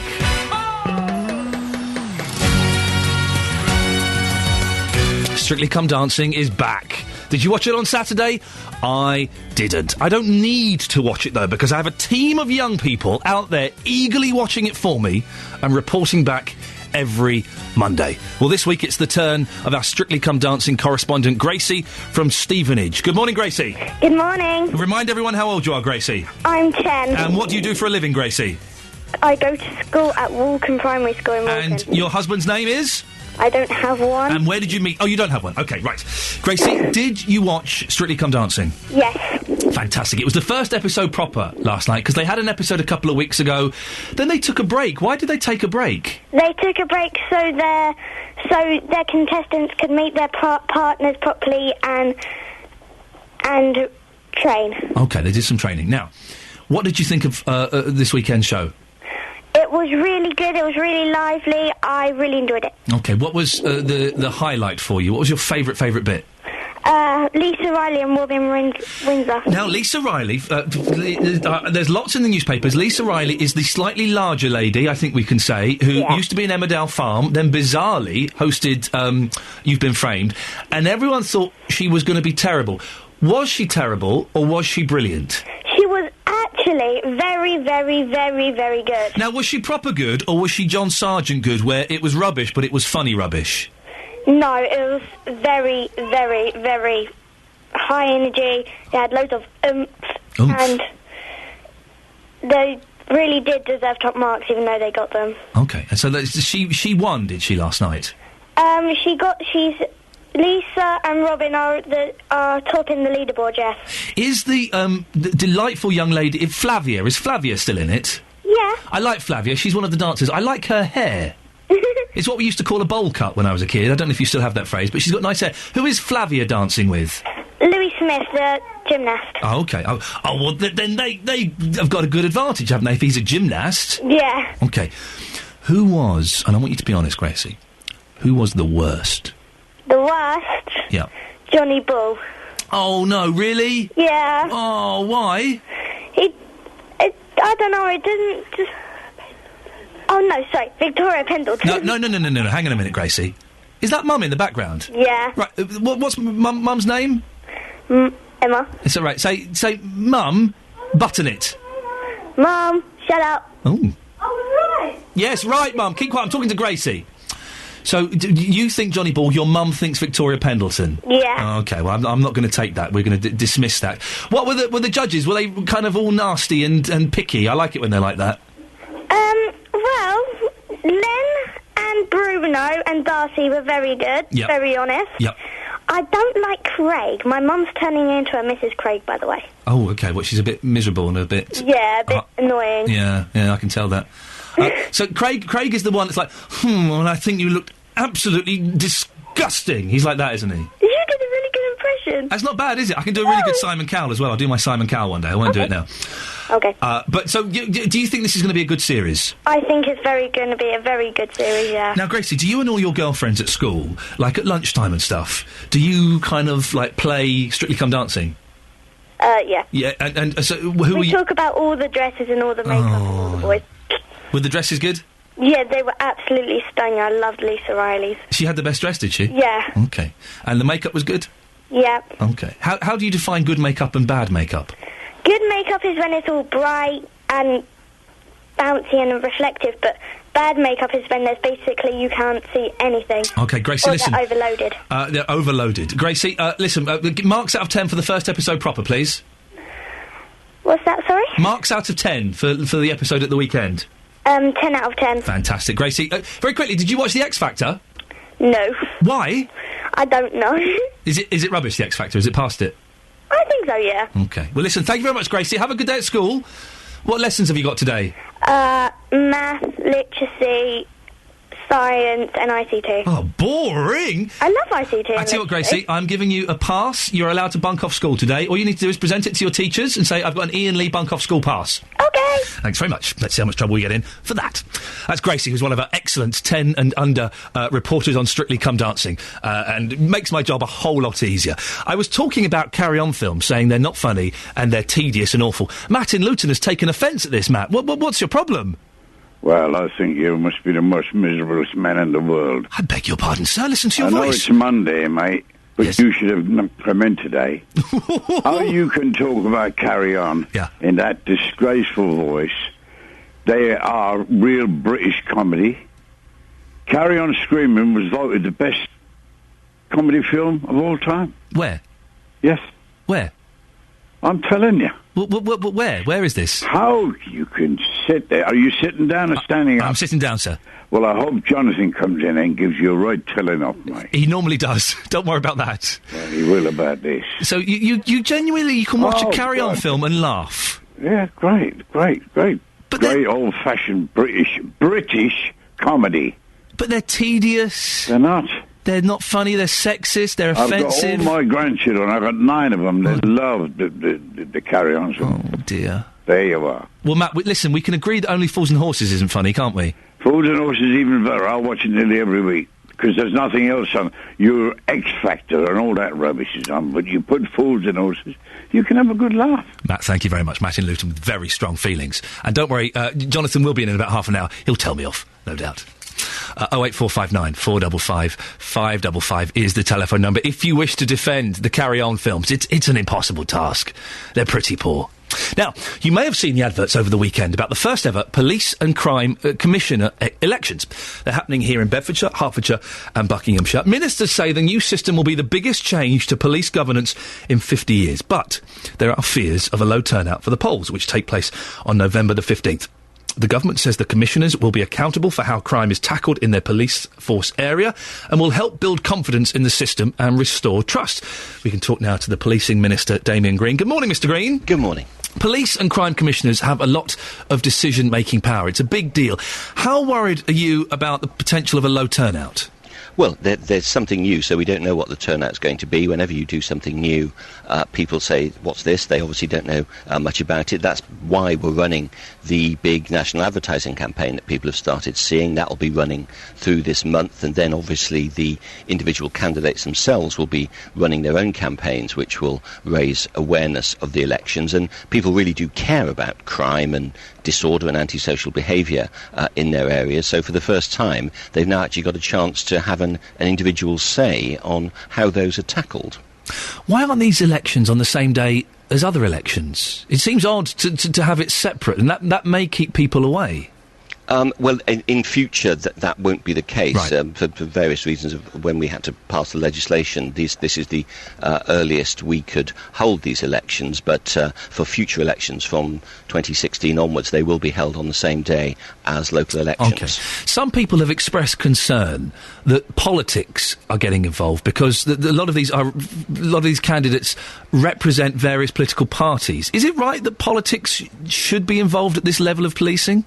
Well, I mean, first of all, any PCC elected has to swear an oath of impartiality, so they will promise to act without fear or favour, as do judges, as do police officers. And in the end, these people have the power to set the precept, the police tax, that's part of the local government taxing, and overall decide how best that should be spent. So those sorts of decisions are inevitably political decisions.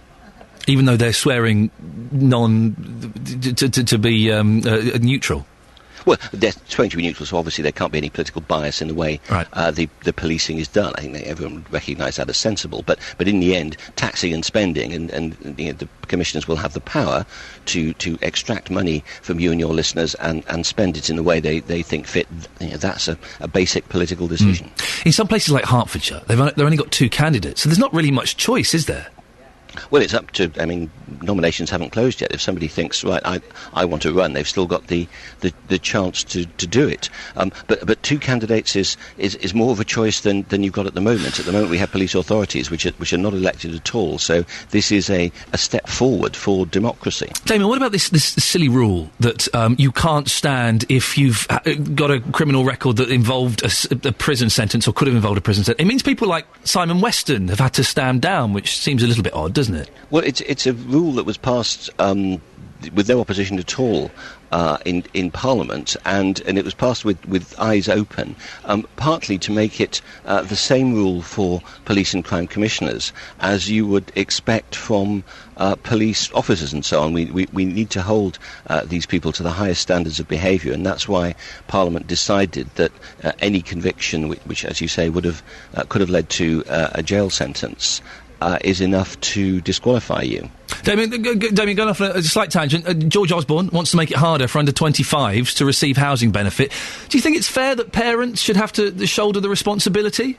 Well, this is all part. There are 2 reasons for this. First of all, the welfare bill, as we know, over the years has got out of control, and we've got to get it back under control. And housing benefit in particular, I think a lot of people who've been struggling for years, paying rent, wanting to own their own homes, will think that people shouldn't just, as soon as they finish school or university, be able to go on to housing benefit. So it's essentially a question of fairness across the board. Damien, thank you very much. Policing Minister Damien Green. JVS will be talking about that, by the way, about the cuts in housing benefits to the under-25s after 9 o'clock. And also there's a special programme explaining the police and crime commissioners with Roberto at 6 p.m. tonight. And you can also see all of the candidates for the election on our website.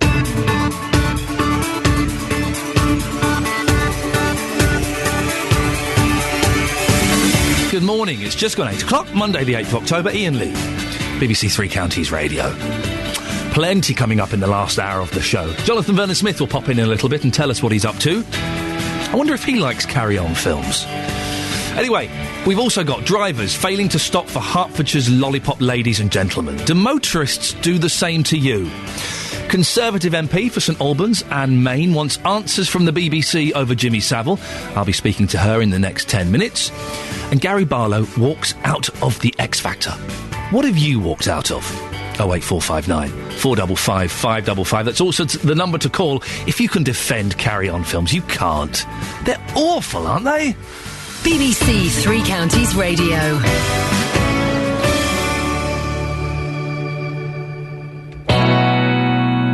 My Beatles story competition winner. Well, now, you may remember, as part of Beatles Day on BBC Local Radio, we gave you the chance to win a specially commissioned framed gold disc commemorating the 50th anniversary of the band's first single, Love Me Do. It turns out I wasn't allowed to enter. Thanks, guys. The question was, where did the Beatles' Nanny Peel live? The answer... Penny Lane. It was an anagram, you see. Clever. The winner of the competition is Richard Newton, who is a Radio Sheffield listener. Across beds, hearts and bucks, this is BBC Three Counties Radio. 08459 455 555 is the telephone number if you want to give me a call. Now, if you're doing the school run later with your children or your grandchildren, spare a thought for the lollipop ladies and gentlemen. Some of those who help children cross the roads in Hertfordshire are being verbally abused and harassed by drivers. If you've seen this, could you give me a call? Because I find this amazing. The County Council say some motorists sit and rev their engines loudly as the pupils are trying to cross the road. Well, it's now launching a campaign to raise awareness of the important role school crossing patrols play in keeping children safe. Our reporter Justin Dealey is near Orchard Primary School in Watford. Justin. Yes, good morning, Ian. I'm just outside the school at the moment. We're going to be talking to Bernie Newland at about 8:20 this morning. She is the lollipop lady here, and she's been the lollipop lady here for 20 years. Wow. So clearly very dedicated to her job. Also joining me live here by the radio car is Paul Susson. Paul, you're the head teacher here. We're talking about safety awareness today of lollipop ladies and lollipop men. Just how concerned are you for the safety of your lollipop lady here? There are times where I'm obviously very concerned. It's a very busy main road, it's a bus route, lots of traffic first thing in the morning and when the children are being picked up, and there does seem to be an increasing amount of traffic that does not respect the role of the lollipop men and women. So if we have got motorists listening to this morning who drive down this road, it's Gammons Lane here in Watford, who do abuse your lollipop lady, what is your message to them? Slow down. There are traffic cameras, but I still feel the traffic needs to go a lot slower. They know there's a school. They know we have a traffic school crossing patrol lady. Slow down, please. You know, she's very nice. She gives you lots of signals. Just be more patient. And do you think it is ridiculous we're having this conversation about people's respect, if you like, towards lollipop ladies and lollipop men? Do you think it's just ridiculous we're even having this conversation? You would have thought that in this day and age, with safety of children wanting to be paramount, more and more children in this area, and particularly as schools are increasing in numbers, with more children coming to schools, you would have thought most people travelling along the roads would want to keep those children safe. And just lastly, Paul, we are talking about things you've walked out on today. You're not an X Factor man. You said to me, it's all a fix. But Gary Barlow walked out on the X Factor last night briefly. Very funny to watch. You must have been close to walking out on some of your governor meetings. They must be so boring, surely. I've been in quite a fair few governing body meetings, and at this point it will probably be wise for me to probably say no comment. Brave man, thank you very much. Thank you. There you go, Paul Sutton, the head teacher here of Orchard Primary School in Watford. And as I mentioned, Ian, when you come back to me at about 8:20, we'll be talking to Bernie Newland, who has been the lollipop lady here for 20 years. Fantastic. Justin, I have to remind you that later on this morning, you and I, we are going head-to-head, and we are having our driving assessed. Yes. Do you want to pull out of it at all? Well, you've got an unfair advantage straight away because I've been travelling right the way across Beds, Herts and Bucks this morning. I'm going to be very, very tired. No, hang on a minute. You've got the advantage because you've been practising your driving all morning. I've been sat in the studio. Come on, it doesn't work like that. However, you still will be beaten and beaten convincingly. I'm looking forward to it later on, Ian. Oh, Justin Dealey, isn't he full of it? Isn't he full of it? We're having our driving assessed. It seemed like a good idea last week when we came up with it. And now it's actually happening. I'm terrified. We've got a professional driving instructor coming out with us, and he's going to assess us. Won't tell us who's won, in inverted commas. I think we'll find out maybe tomorrow or Wednesday on the show. Terrified. You heard Justin there talking about walking out. Danny says, I was taken to see Steve Allen. I walked out after 15 minutes. That was too long. Steve Allen is a broadcaster on another radio station, a very tedious man. I used to work with him a long time ago. Yes, 15 minutes would be a long time. Ian, I've walked out of my bedroom. That's right, I walked out on Iain Lee. What? How can you say Carry On is not funny? It set the benchmark for most comedy shows and was a great part of our British history. I defy you not to laugh whilst a pair of trousers fall down or a lady's top gets ripped off whilst the sound of a penny whistle can be heard. When you put it like that. OK, you can have Carry On Columbus, but films like Carry On Screaming are fantastic. Anyway, rant over. I have also walked out of a Bryan Adams gig about 12 years ago because I thought the support act was Bare Naked Ladies, and it wasn't. I love the Bare Naked Ladies. They're a great band. I didn't even wait for him to come on. I was fuming. This was the time before you could find out everything via the internet. Paul from Harlow. Paul, thank you very much. Indeed. The Jimmy Savile Charitable Trust is considering changing its name after allegations of abuse were made about the late DJ and charity fundraiser. Several women have alleged Sir Jimmy sexually assaulted them as teenagers. Meanwhile, the Conservative MP for St Albans, Anne Main, has written to Lord Leveson to say his inquiry should investigate how much the BBC knew at the time. She's on the line now. Good morning, Anne. Good morning. Why did you write this letter to Lord Leveson? Well, I wrote this last Thursday, so actually an awful lot has come into the public domain since then, because Lord Leveson actually has a remit within his inquiry to look at the whole breadth of the media. And, of course, he has been looking mostly at newspapers, but I believe that the hints that were coming out last week, and certainly been built on since then, is that there seemed to be a culture within the BBC of acceptance of this or knowledge of this. I mean, this is what's been said by people like Liz Kershaw, Esther Ranson, is that it was sort of known. Just to clear up, did Liz Kershaw mention Jimmy Savile? I know she mentioned that she was groped by someone that was unnamed, but did she mention Jimmy Savile specifically? No, she actually said in a quote that was in one of the national media on the weekend that there was a culture of sexual harassment, right, and her complaints fell on deaf ears. Now, that to me suggests that there were avenues of complaint. That people complained about Jimmy Savile, and he was investigated in 2007. There were complaints made. Well, who were they made to, and why did they fall on deaf ears? That's really what I want to know. The Jimmy Savile complaints were made to the police, and the police investigated. And didn't they let it go, didn't they? Was it really the responsibility of the BBC? My understanding was that a BBC press officer at the time investigated office rumours just before, and this is again has been in national media, just before he was appointed presenter of Jim Will Fix It. So the link keeps going back to the BBC. I've just actually heard Mr George Entwistle, the new Director General, on the BBC Radio 4 programme. And he does say the inquiry obviously is in sort of two halves. There is the criminal allegations against Mr Jimmy Savile, the latest Jimmy Savile, and that is one element of the inquiry. The other element that I think is equally valid is, and he did a great thing trying to assure everyone that this sort of culture doesn't exist anymore, is, but was there a culture in the BBC? Was there a sense of if you complained of any of these sort of issues, they weren't listened to or taken seriously? And what has happened since then to change that culture? I have an email from George Entwistle, who sends out a little email every week to the BBC, and he says, where does he say this now? We have already carried out a thorough search of our written records. Crucially and regrettably, it appears no complaints were made at the time. So it would appear, Anne, that no complaints were made within the BBC at the time. Well, I'm afraid I remember the famous words to do with the News of the World when they said it was just one or two rogue reporters. I actually think we need to have a forensic investigation of this, whether or not we can just take the word of the internal review of this matter, that nothing was known about it at the time, and therefore we must accept that. He did actually say today, literally about 15 minutes ago on Radio 4, that once the police had conducted their inquiries, he would look into any other matters that needed tidying up. I actually believe that it should be Leveson that should do that, because just as it was shown, the Press Complaints Commission wasn't up to the job is the BBC up to the job of looking at itself? I don't think the public would think that was an acceptable thing. I think it should be someone on the outside. Again, just to go back to... listen, I don't know what the right thing to do here is, and we're all as shocked by these allegations. But just to go back to George Entwistle's email that he sends out to the staff, the police are the only people with the proper powers to assess criminal allegations, and they have made it clear to me that any BBC internal inquiry in parallel would run the risk of damaging or impeding their work. So shouldn't we let the police investigate it first and see what their results are?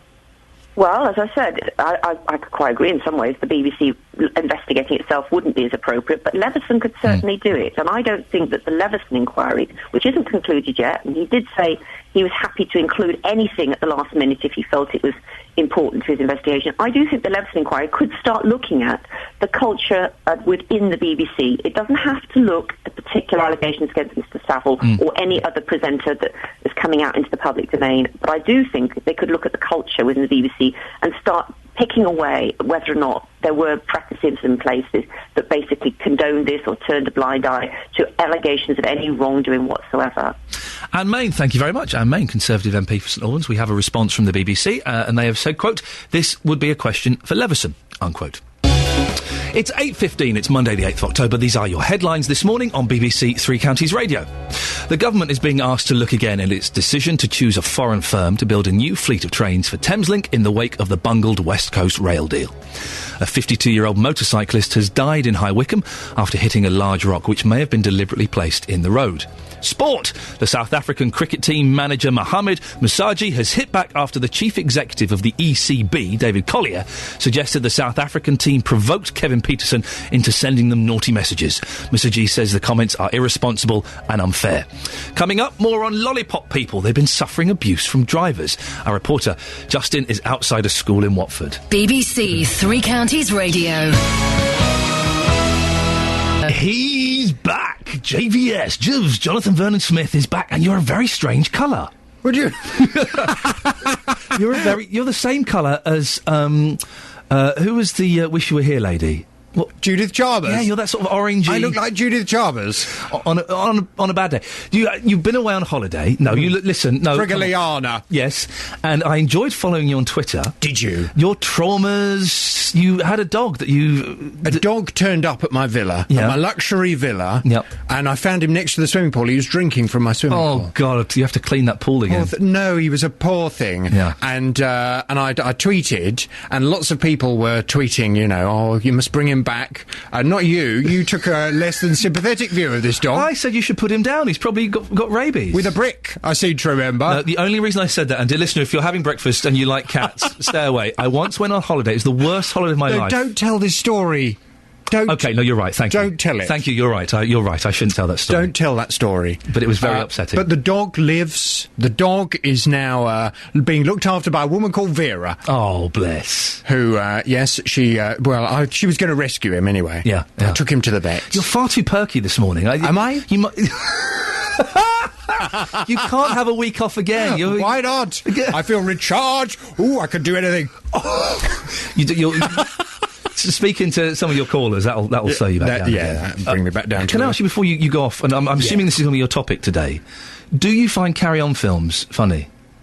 Oh yes. Oh no. Well, yes, but you have to take them in the context. Yep. I mean, we don't create them now, do we? No. But they were quite funny of their time. They weren't funny then. The joke was, Sid James was a dirty old man, Kenneth Williams was very camp, and yes, and Barbara Windsor had boobs. Yes. You can't sustain 20 films with those. Don't forget Charles Hawtrey. He was hilarious. Little funny Charles Hawtrey. I'll tell you who was quite nice. The Kenneth Connor, who'd go, whenever he saw a sexy lady go, that was it. But even that was still a bit creepy. He was in his 60s looking at 18-year-old girl. Yes, but tedious. They were quite funny. No, tedious. No? Is that your phone in today, by the way? No. Ah, disappointing. It was a hot contender, but we decided against it. I hope you don't mind. No, go on, what have you got instead? You're looking very casual, by the way, today. What is this number? It's a t-shirt. It says at a woman's top. I'm not wearing a blouse. Well, it's very low cut, isn't it? I'll do a button up. Just tell them what's on your see show. Your nipples.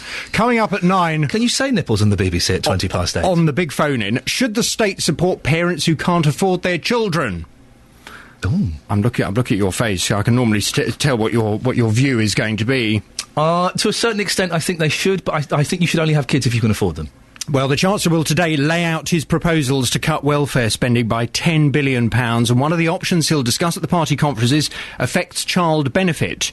George Osborne says it's right to think about removing the rise in child support benefits that jobless parents receive when they have more children. Well, from 9, should the state support parents who can't afford their children? Call me now, 08459 455 555. It's the subject of the big phone-in at 9. I would say, because I get child support benefit, and I don't need it. So I would say don't give it to the people that don't need it. Give it to those that need it, the poorer people. I don't need it. Right. So don't give it to me. OK. We'll see if people agree with you at 9. I thought that would spark a debate, but you've just taken it on the chin. Well, I'm not a parent. What do I know? Exactly. You have no right to talk about it. Out. Out. You and your manky dog. Jonathan... Do I smell a dog? Yes, you do. But you always do. Jonathan Vernon-Smith will be on at 9 o'clock. It's great to have him back. Always a pleasure. Now, if you've been hearing all morning, if you've been listening, lollipop ladies and men are being... I don't think I've ever seen a lollipop man. That's why I hesitate to say it. I've been racking my brains. I'm sure there are plenty, and I'm sure they do an excellent job. I can't think of ever having seen one. But lollipop ladies and men are being verbally abused and harassed by drivers in Hertfordshire, according to the County Council. This is incredible. It says some drivers sit and rev their engines loudly as the children are trying to cross the road. We've heard stories about people chucking cans and bags of chips at them. Well, the council is now launching a campaign to raise awareness of the important role that school crossing patrols play in keeping children safe. BBC Three Counties radio reporter and all-round good guy, Justin Dealey, is outside Orchard Primary School in Watford. Justin, tell us what's going on. Yes, thank you, Ian. I'm with Bernie Newland, the lollipop lady here. She's about to start work, starts at 8:30. Bernie, welcome to the programme. You've been the lollipop lady here for 20 years or so now. So let's look at some of the things which happen here. Ian just mentioned about cars revving their engines. Do people sit there revving their engines at you? Don't normally get them revving their engines, but you do get them trying to hedge forward instead of just standing and waiting for us to move. And what about cars just simply ignoring you? You're standing in the middle of the road, do they ignore you? Oh, frequently. There's quite a few. Even with my stick standing in the upright position to say I want to come out, you just get cars going past and past and past. In one spate I could count up to 8 at any one time going down before somebody had actually stopped. I mean, absolutely incredible. You think the situation has got worse since the influx of mobile phones, but also you've seen people doing all things behind the wheel, such as shaving. Yes, yeah. They've been shaving, they've been putting on the makeup, combing their hair, as well as talking on the phone and changing gear at the same time, so no hands on the wheel at all. Absolutely incredible. Very personal question, but how much do you get paid for doing this job? About £200 a month. So not a lot, £200 a month. Now, bearing in mind the abuse that you get, have you ever thought to yourself, do you know what, this is just not worth it anymore? No, not really. I love doing it, love my job. It was only supposed to be a 3-month stand-in, and as far as I know, the old head is still actively looking for somebody to take over, and that was 20 years ago. And from what I hear, you are the best lollipop lady in the whole of Hertfordshire. Well, one of four. One of four. You're the best as far as we're concerned. As far as our school is, yes. So only 5 drivers were prosecuted last year in Hertfordshire for this type of driving behaviour. Do you think it's about time the authorities got tough? Because people like you are putting your life at risk every single morning for hardly any money. So is it about time that they got really tough? I think so, yes. It needs a lot more respect from the drivers, thinking about what they're doing and understanding that children sometimes get to one side of the road and think, oh, I've forgot my book bag, turn around and run straight across. And if I'm still in the road and haven't signalled to say, OK, it's fine for you to go, and that child runs back, well, it doesn't bear thinking about, does it? You're very, very proud of what you do, aren't you? I am, yeah. I absolutely adore it. Love it. Nice baseball cap, a nice lollipop. I mean, do you ever take that home with you? No, it stays at school with all my uniform, apart from half-term, end of terms, when I take my uniform home and wash it. But the lollipop always stays at school. Justin, can you ask Bernie, has she ever pretended to lick it as though it were a real big lollipop? Seriously? All the questions. No, I would. Now, Bernie, this lovely lollipop here, which you love very much. Personal question for you. Have you ever tried to lick that lollipop? No, but I've got several children that have. Yes! There you go. Has that answered your question, Ian? It has answered the question. Bernie, thank you so much for your time. You're about to start work in all of, 3.5 minutes, 20 years service here. Keep up the good work. Hopefully, the message today is to respect you. Hopefully, people will listen to that. Thank you so much. That'd be lovely. Thanks very much. There you go. Bernie joining us live on Three Counties with, obviously, a serious message, but also at the end, talking about people licking her lollipop. Can I just say, listen, I genuinely love lollipop ladies. I think they do a cracking job and they're overlooked. If you see a lollipop lady today, go up to them and just say thank you. Because I think, not you particularly, Justin, but the listener, you can do it as well, of course. I think they do a cracking job, and I'm genuinely shocked and disgusted that they get abuse and hassle and stuff like that. Not good. Well, I mentioned to you earlier on that my mum was a lollipop lady. I have seen it all. I know they get paid hardly anything at all, and every single day they are going out and they are putting their lives at risk, and I think it's about time that people respected them. I think we're talking here, Ian, about a few extra seconds. That is all we are talking about. I don't think, personally, that is too much to ask. Anyway, Justin, I'll see you later on for our race. It's not a race. We're being assessed in our driving. Justin Dealey there. Fantastic as always. Thank you very much. We're asking about walking out. Gary Barlow walks out of the X Factor. Yeah. What have you walked out of? Em on the email says, a few years ago, I bought my best friend tickets to see and hear Katie Melua at a concert in Cambridge. It was quite costly, but was for a special reason. We were herded like cattle in the venue, and after what seemed like hours, she still had not sung. So we walked out. As we went through the bar, she appeared, too late for us to enjoy the event. Never again will I go to a concert. You'll never go to a concert ever again? I have got 5 concerts lined up in the next month. I've got 3 Mike Nesmith concerts. He's one of the Monkeys. I've got 4, but I can't go to one. I'm going to see J-Lo with my wife. What else? I'm going to see the Monkeys in New York. I've got loads lined up. I don't normally have that many. It's a very, very busy time for me. Right. Enough of me showing off. On FM, AM and online. BBC Three Counties Radio. Coming up in the next half an hour, we'll have the latest news on the disappearance of missing 5-year-old April Jones. And on a completely different tangent, we're talking about Carry On films. They're awful, weren't they? And they were awful. As was Fawlty Towers. As was Only Fools and Horses. They're just not funny. Just take a step back. They're not. Oh yeah, Del Boy. He falls through that bar and triggers an idiot, and the chandelier falls down. Right? And 08459 455 555 is the telephone number. If you want to give me a call now, it's been all the papers all over the weekend, and it's just a tragic story. It's a week today since the disappearance of the 5-year-old schoolgirl April Jones, who went missing from outside her home in the Welsh town of Machynlleth. Later on this morning, 46-year-old Mark Bridger will appear in court charged with her murder. And the search for April continues, with 100 specialist police officers now involved. I'm joined by BBC Wales reporter Stephen Fairclough, who's outside the leisure centre in Machynlleth. Good morning, Stephen. Good morning. First of all, tell us about the latest developments in the search.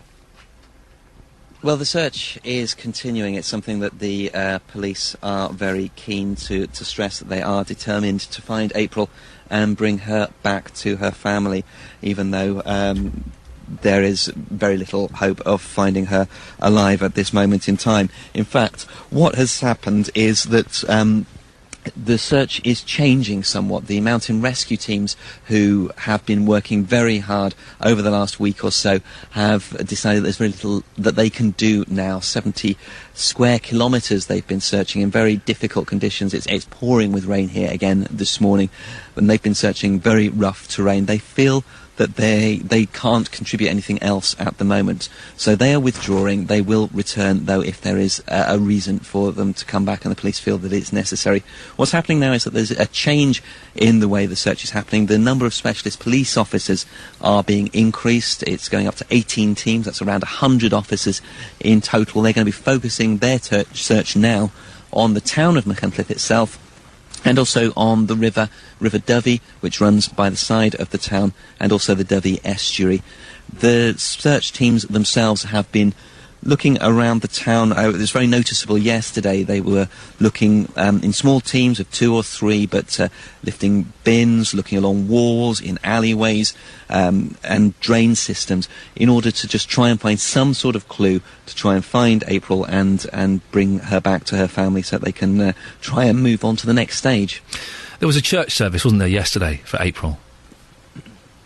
there was, you will have seen the pictures on the television over the last week of the tremendous search effort that's been going on from the community here in Machynlleth. Very much community that's come together, both in this town and in surrounding towns. The pink ribbon, which has become the symbol of April, can be seen tied to street furniture, to all sorts of things in towns 30 miles away from here.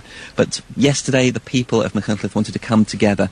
Around 1,000 people gathered on the estate where April lived and held a moment's silence before walking silently through the town towards the church in the town to have that special service. All you could hear were the birds in the sky and the sound of trudging feet. There were young people, children almost the age of April, right up to very senior citizens, making their way in silence towards the church. There was a lot of emotion. Around 1,000 people tried to cram their way into the church, into the churchyard, and also into the streets surrounding. The service was relayed out on loudspeakers. There were cracks in the voices of many of those participating. There were tributes paid to the search teams, to April's family, to April herself, and everybody that has been involved in this week. A lot of people found it very difficult. There's certainly a large number of tears amongst people, parents comforting children, other people just holding each other.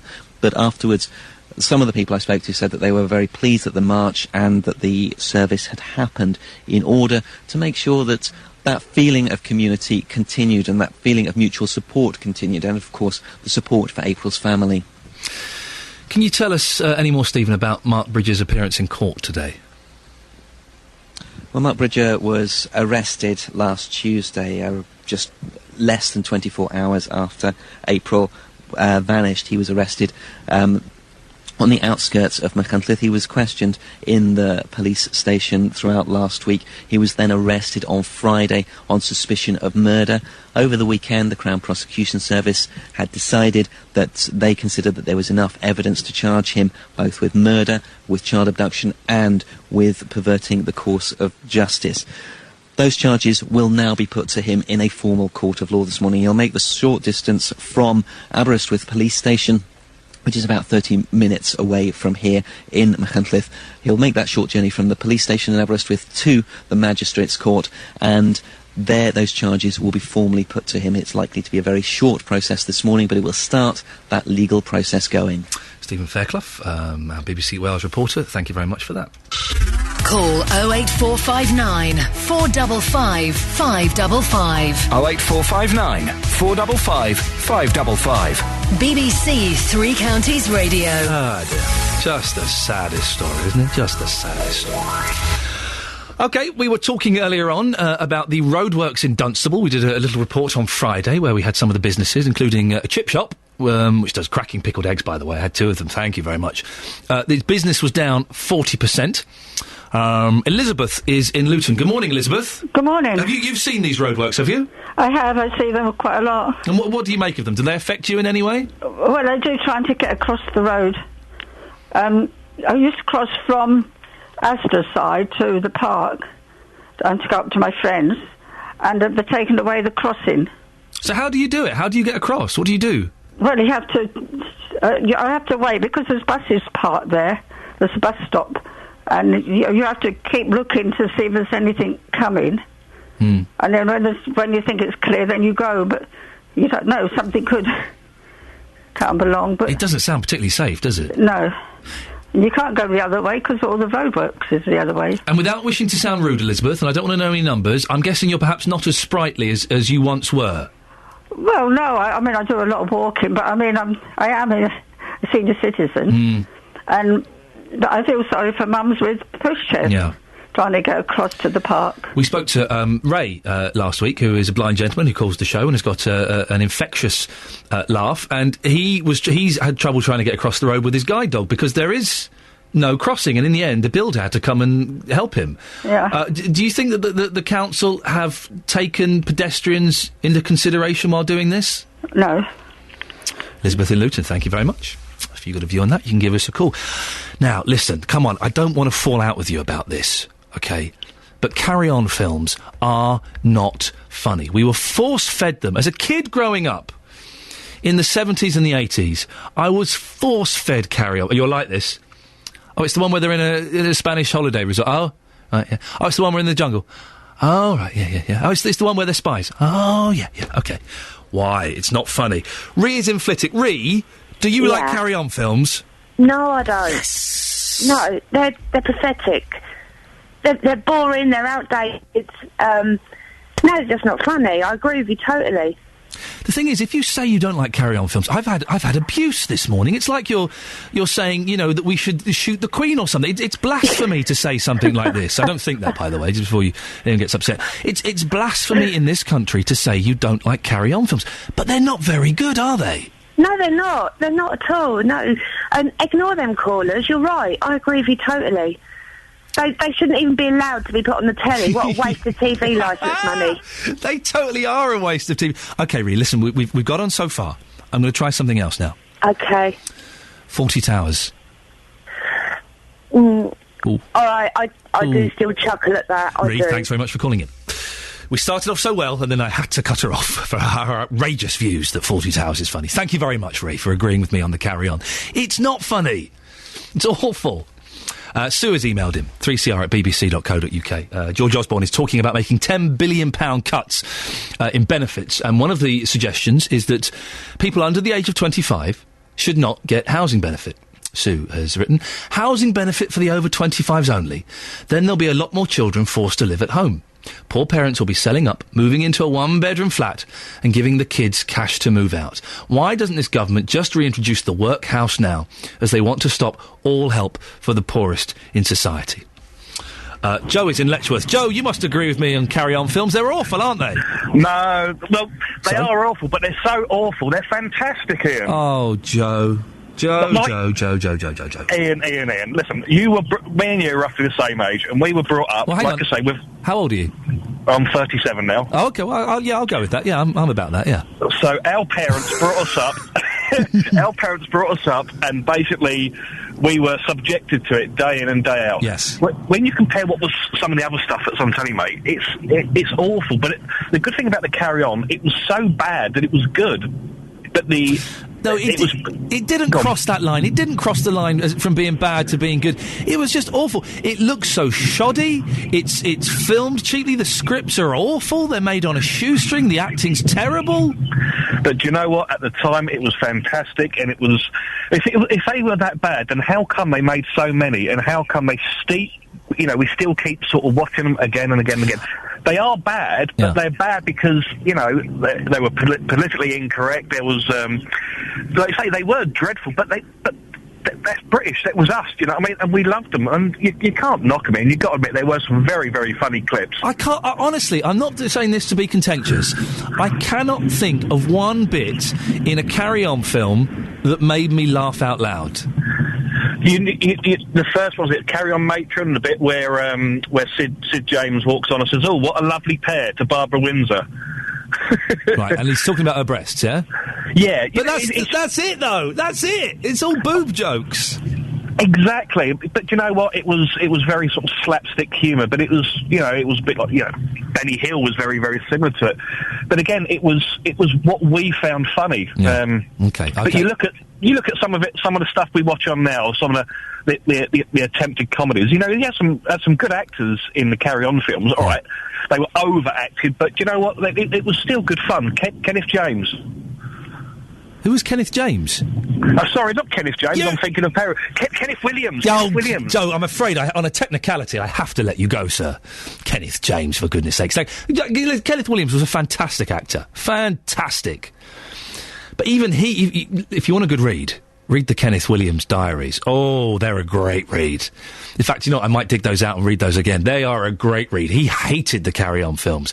I think he got paid something like £5,000 a film, which is nothing. He hated them, but he was too scared to turn them down in case he'd never get another piece of work. Awful films.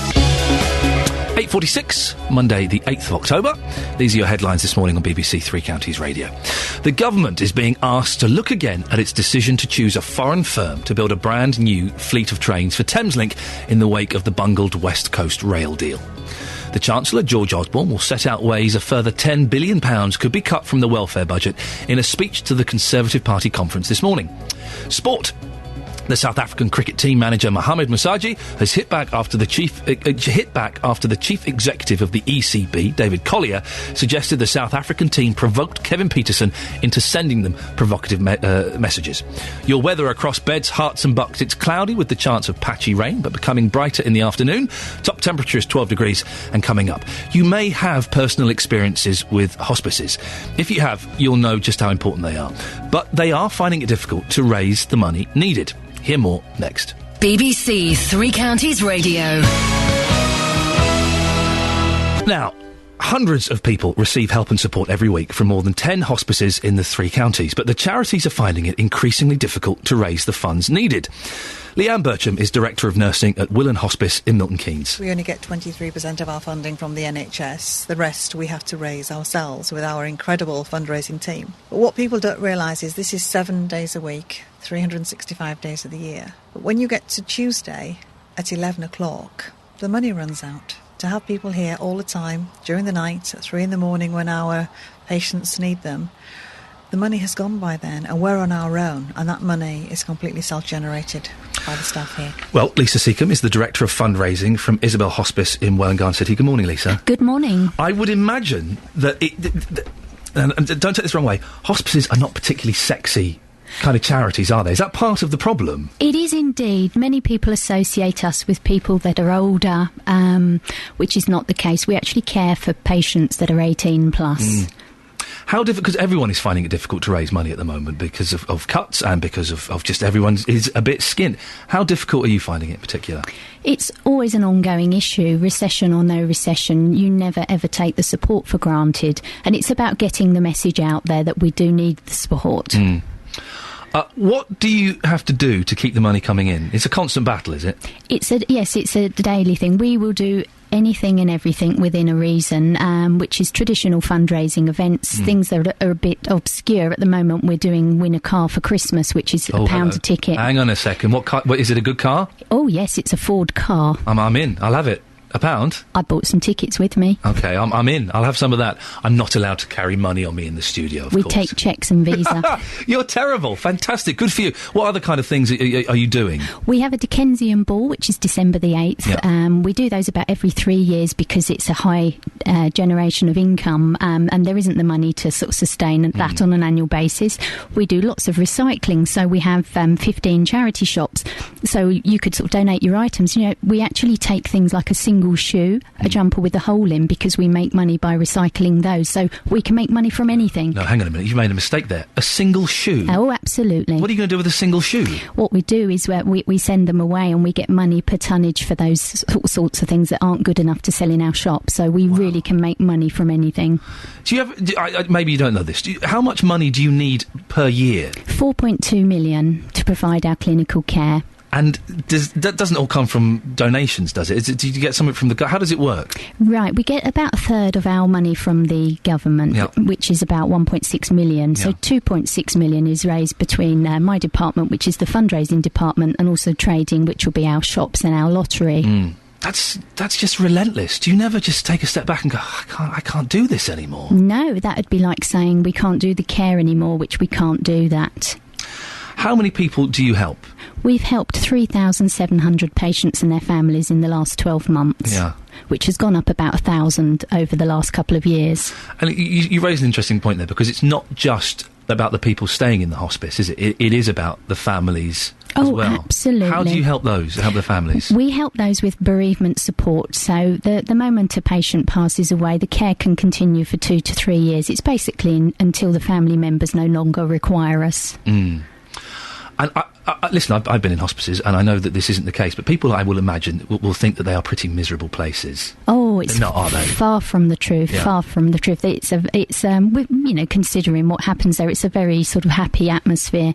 The nurses are lovely. We have volunteers on our reception desk who are just amazing people.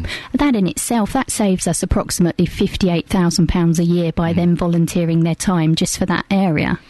Well, listen, I think you do a cracking job. Thank you. Thank you very much. Is there a website or anything that people can go and donate money to? Oh, absolutely. We've got www.isabelhospice.org.uk, and they can find all details about forthcoming events and how they can support us on there. And also, if they need our help on patient care side. Fantastic. Lisa Seacombe, thank you very much for coming in, and best of luck with it. Lisa Seacombe is Director of Fundraising from Isabel Hospice in Welwyn Garden City. And Nick Coffer is taking a closer look at the work of our local hospices throughout his show this week. From 12 today, he's joined by the Chief Executive of Willen Hospice. Across beds, hearts and bucks, this is BBC Three Counties Radio.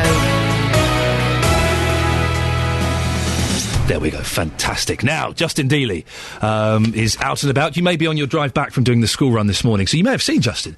Spare a thought for the lollipop men and women that hopefully you stopped for, because some of those helping children cross the road in Hertfordshire are being, I am amazed by this, verbally abused and harassed by drivers, or the drivers are failing to stop and they're just driving around them.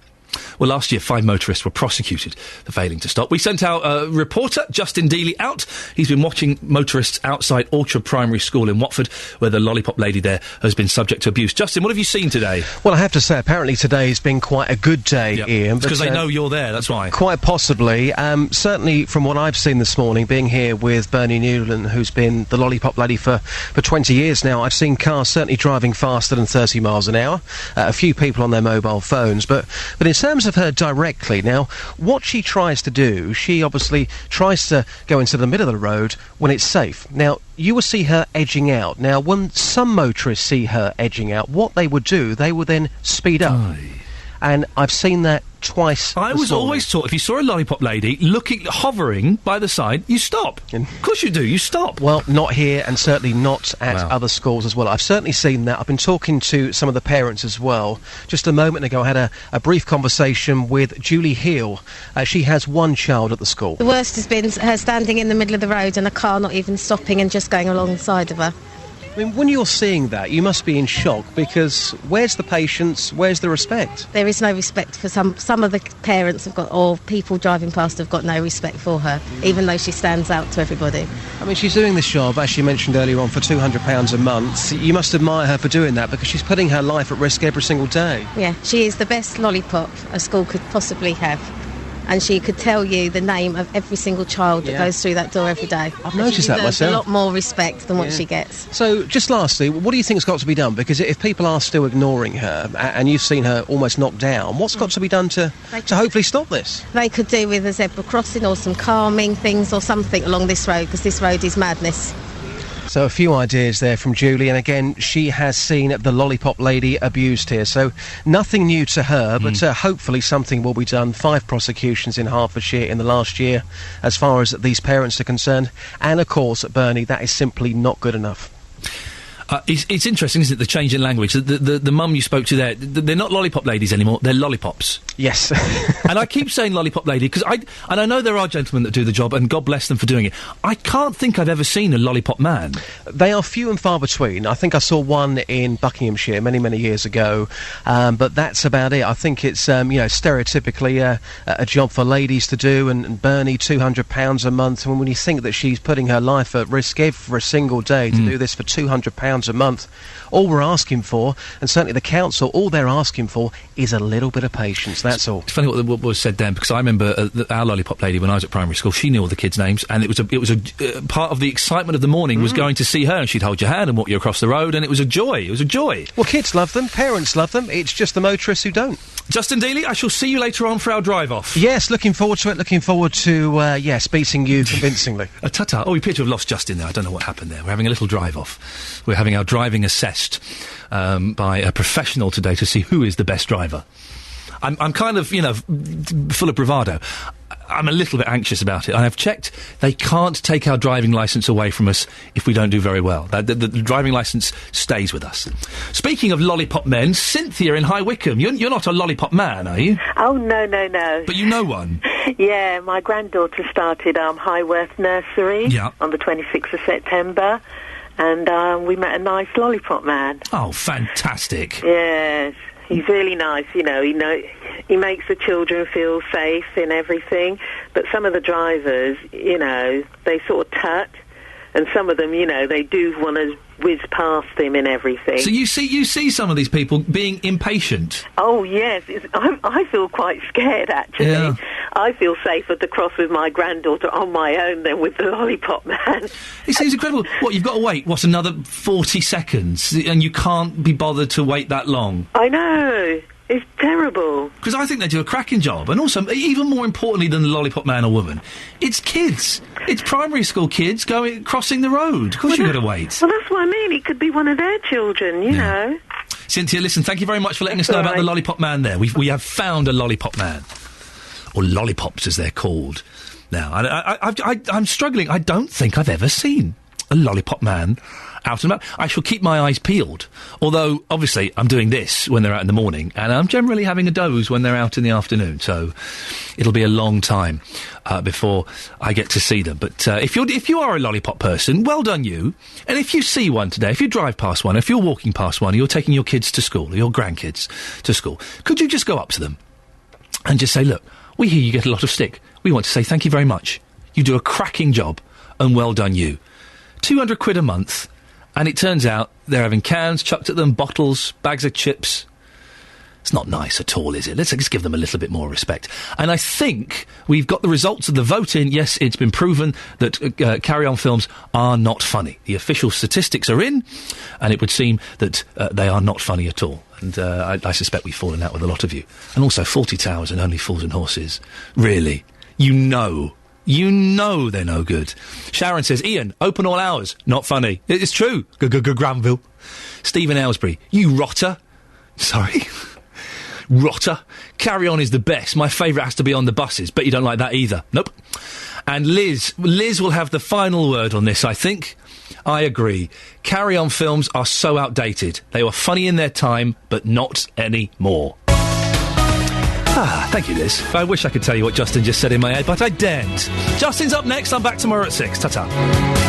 Getting beds, hearts and... Jonathan, sorry. This is BBC Three Counties Radio. I do apologise. You go away for 1 week, and look what happens. Sorry, Dave. Carry on. Thank you, Barbara.